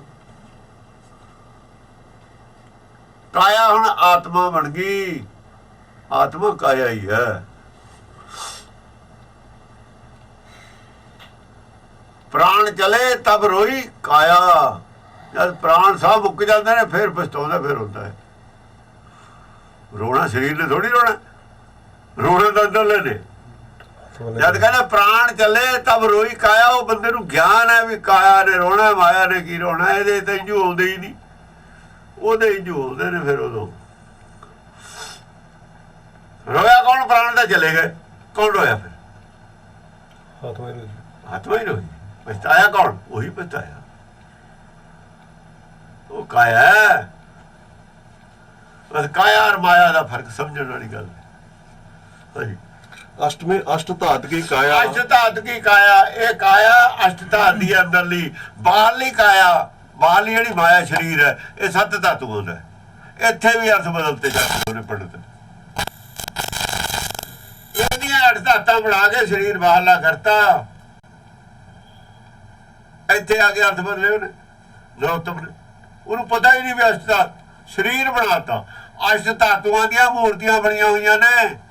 ਉਹਨੇ ਕਹਾ ਮੂਰਤੀਆਂ ਨਹੀਂ, ਮੂਰਤੀਆਂ ਤੇ ਅਟੈਕ ਕਰ ਰਹੇ, ਅੱਠ ਧਾਤ ਦੀਆਂ ਜਿਹੜੀਆਂ ਬਣਾਈਆਂ ਹੋਈਆਂ ਨੇ। ਅੱਠ ਧਾਤ ਦੀਆਂ ਤਲਵਾਰਾਂ ਵੀ ਬਣੀਆਂ ਹੋਈਆਂ ਨੇ ਪਹਿਲਾਂ। ਇਹ ਅਰਥ ਨੇ ਇੱਥੋਂ ਬਦਲੀ ਹੋਈ ਆ ਸਾਰੀ। ਉਹ ਅਸ਼ਟ ਧਾਤ ਦੀਆਂ ਮੂਰਤੀਆਂ ਵੀ ਬਣੀਆਂ ਹੋਈਆਂ ਨੇ। ਉਹ ਮੂਰਤੀਆਂ ਤਾਂ ਬਣਾਈਆਂ ਨੇ, ਆਹ ਗੱਲ ਅਸ਼ਟ ਧਾਤ ਦੀ ਕਹੀ ਸੀ। ਸਰੀਰ ਸੱਤ ਧਾਤੂਆਂ ਦਾ ਬਣਿਆ ਹੋਇਆ। ਬਾਹਲਾ ਸਰੀਰ ਸੱਤ ਧਾਤੂਆਂ ਦਾ ਅਰਥ ਨਹੀਂ ਹੈ ਬਿਲਕੁਲ। ਲਿਖਿਆ ਹੋਇਆ ਮਹਾਨ ਕੋਸ਼ ਵੀ ਲਿਖਿਆ ਹੋਇਆ, ਮੰਨਦਾ ਵੀ ਹੈ 1369 ਸੱਤ ਧਾਤੂ ਦਾ। ਲੇਕਿਨ ਜੇ 8 ਦਾ ਅਰਥ ਕਰਦਾ, ਅਰਥ ਇਹਦੇ ਕਰ ਦਿੰਦਾ। 770 ਰੁਪਇਆ ਲੰਘ ਗਿਆ ਵਿਚਾਰਾ, ਉਹਨੂੰ ਪਤਾ ਹੀ ਨਹੀਂ ਗੱਲ ਕੀ ਕਹਿ ਗਿਆ। ਜਿੱਥੇ ਜਿੱਥੇ ਉਹਨੇ ਗੜਬੜ ਕੀਤੀ, ਉੱਥੇ ਹੀ ਉੱਥੇ ਫੜਿਆ ਗਿਆ। ਉਹ ਫੜੇ ਤੋਂ ਹੀ ਬਾਅਦ ਪਤਾ ਲੱਗਿਆ ਵੀ ਉਹਨੇ ਕੀਤਾ ਕੀ ਹੋਇਆ। ਜਾਣ ਬੁੱਝ ਕੇ ਜੋ ਦਰੁਸਤੀ ਕੀਤੀ ਸੀ ਭਗਤਾਂ ਨੇ, ਕਬੀਰ ਨੇ, ਉਹੀ ਗੜਬੜ ਕਰਤੀ ਪੰਡਤ ਨੇ, ਉੱਥੇ ਗੜਬੜ ਕਰਤੀ। ਫਿਰ ਅਸ਼ਟਮੀ ਅਸ਼ਟ ਧਾਤੂ ਕੀ ਕਾਇਆ, ਤਾਂ ਮੈਂ ਅਕੁਲ ਮਹਾਨਿਧ ਰਾਇਆ। ਤਾਂ ਮੈਂ ਅਕੁਲ, ਹੁਣ ਅਕੁਲ ਹੈ ਉਹ ਤਾਂ ਆਤਮਾ।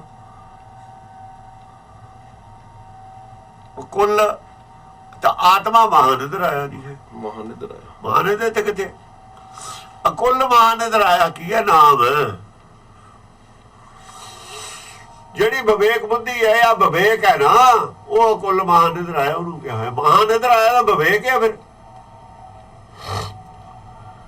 ਉਹਦੀ ਅਸ਼ਟਾਤ ਦੀ ਕਾਇਆ ਹੈ ਜਿਹੜਾ ਵਿਵੇਕ ਹੈ। ਕਉ ਕਬੀਰ ਮੈਂ ਐਸੋ ਗੁਰ ਪਾਇਓ ਜਾ ਕਾ ਨੋ ਵਿਵੇਕੋ। ਵਿਵੇਕੋ ਅੱਠ ਧਾਤੂ ਦੀ ਕਾਇਆ ਉਹਦੀ। ਅੱਠ ਧਾਤੂ ਨੇ ਉਹਦੀਆਂ। ਅੱਠੇ ਧਾਤੂਆਂ ਇੱਕ ਦੇ ਆਲੇ ਦੁਆਲੇ ਰੱਖੀਆਂ ਨੇ। ਇੱਕ ਦੀ ਕਾਇਆ ਕੀ ਹੈ? ਕਬੀਰ ਨੇ ਗੱਲ ਕਹਿਤੀ ਅਸ਼ਟਮੀ ਅਸ਼ਟਾਤ ਕੀ ਕਾਇਆ, ਪਰ ਕਾਇਆ ਬਣਾ ਕੇ ਨਹੀਂ ਦੱਸੀ। ਕਾਇਆ ਚਿੱਤਰਨ ਨਹੀਂ ਕੀਤੀ, ਦੱਸ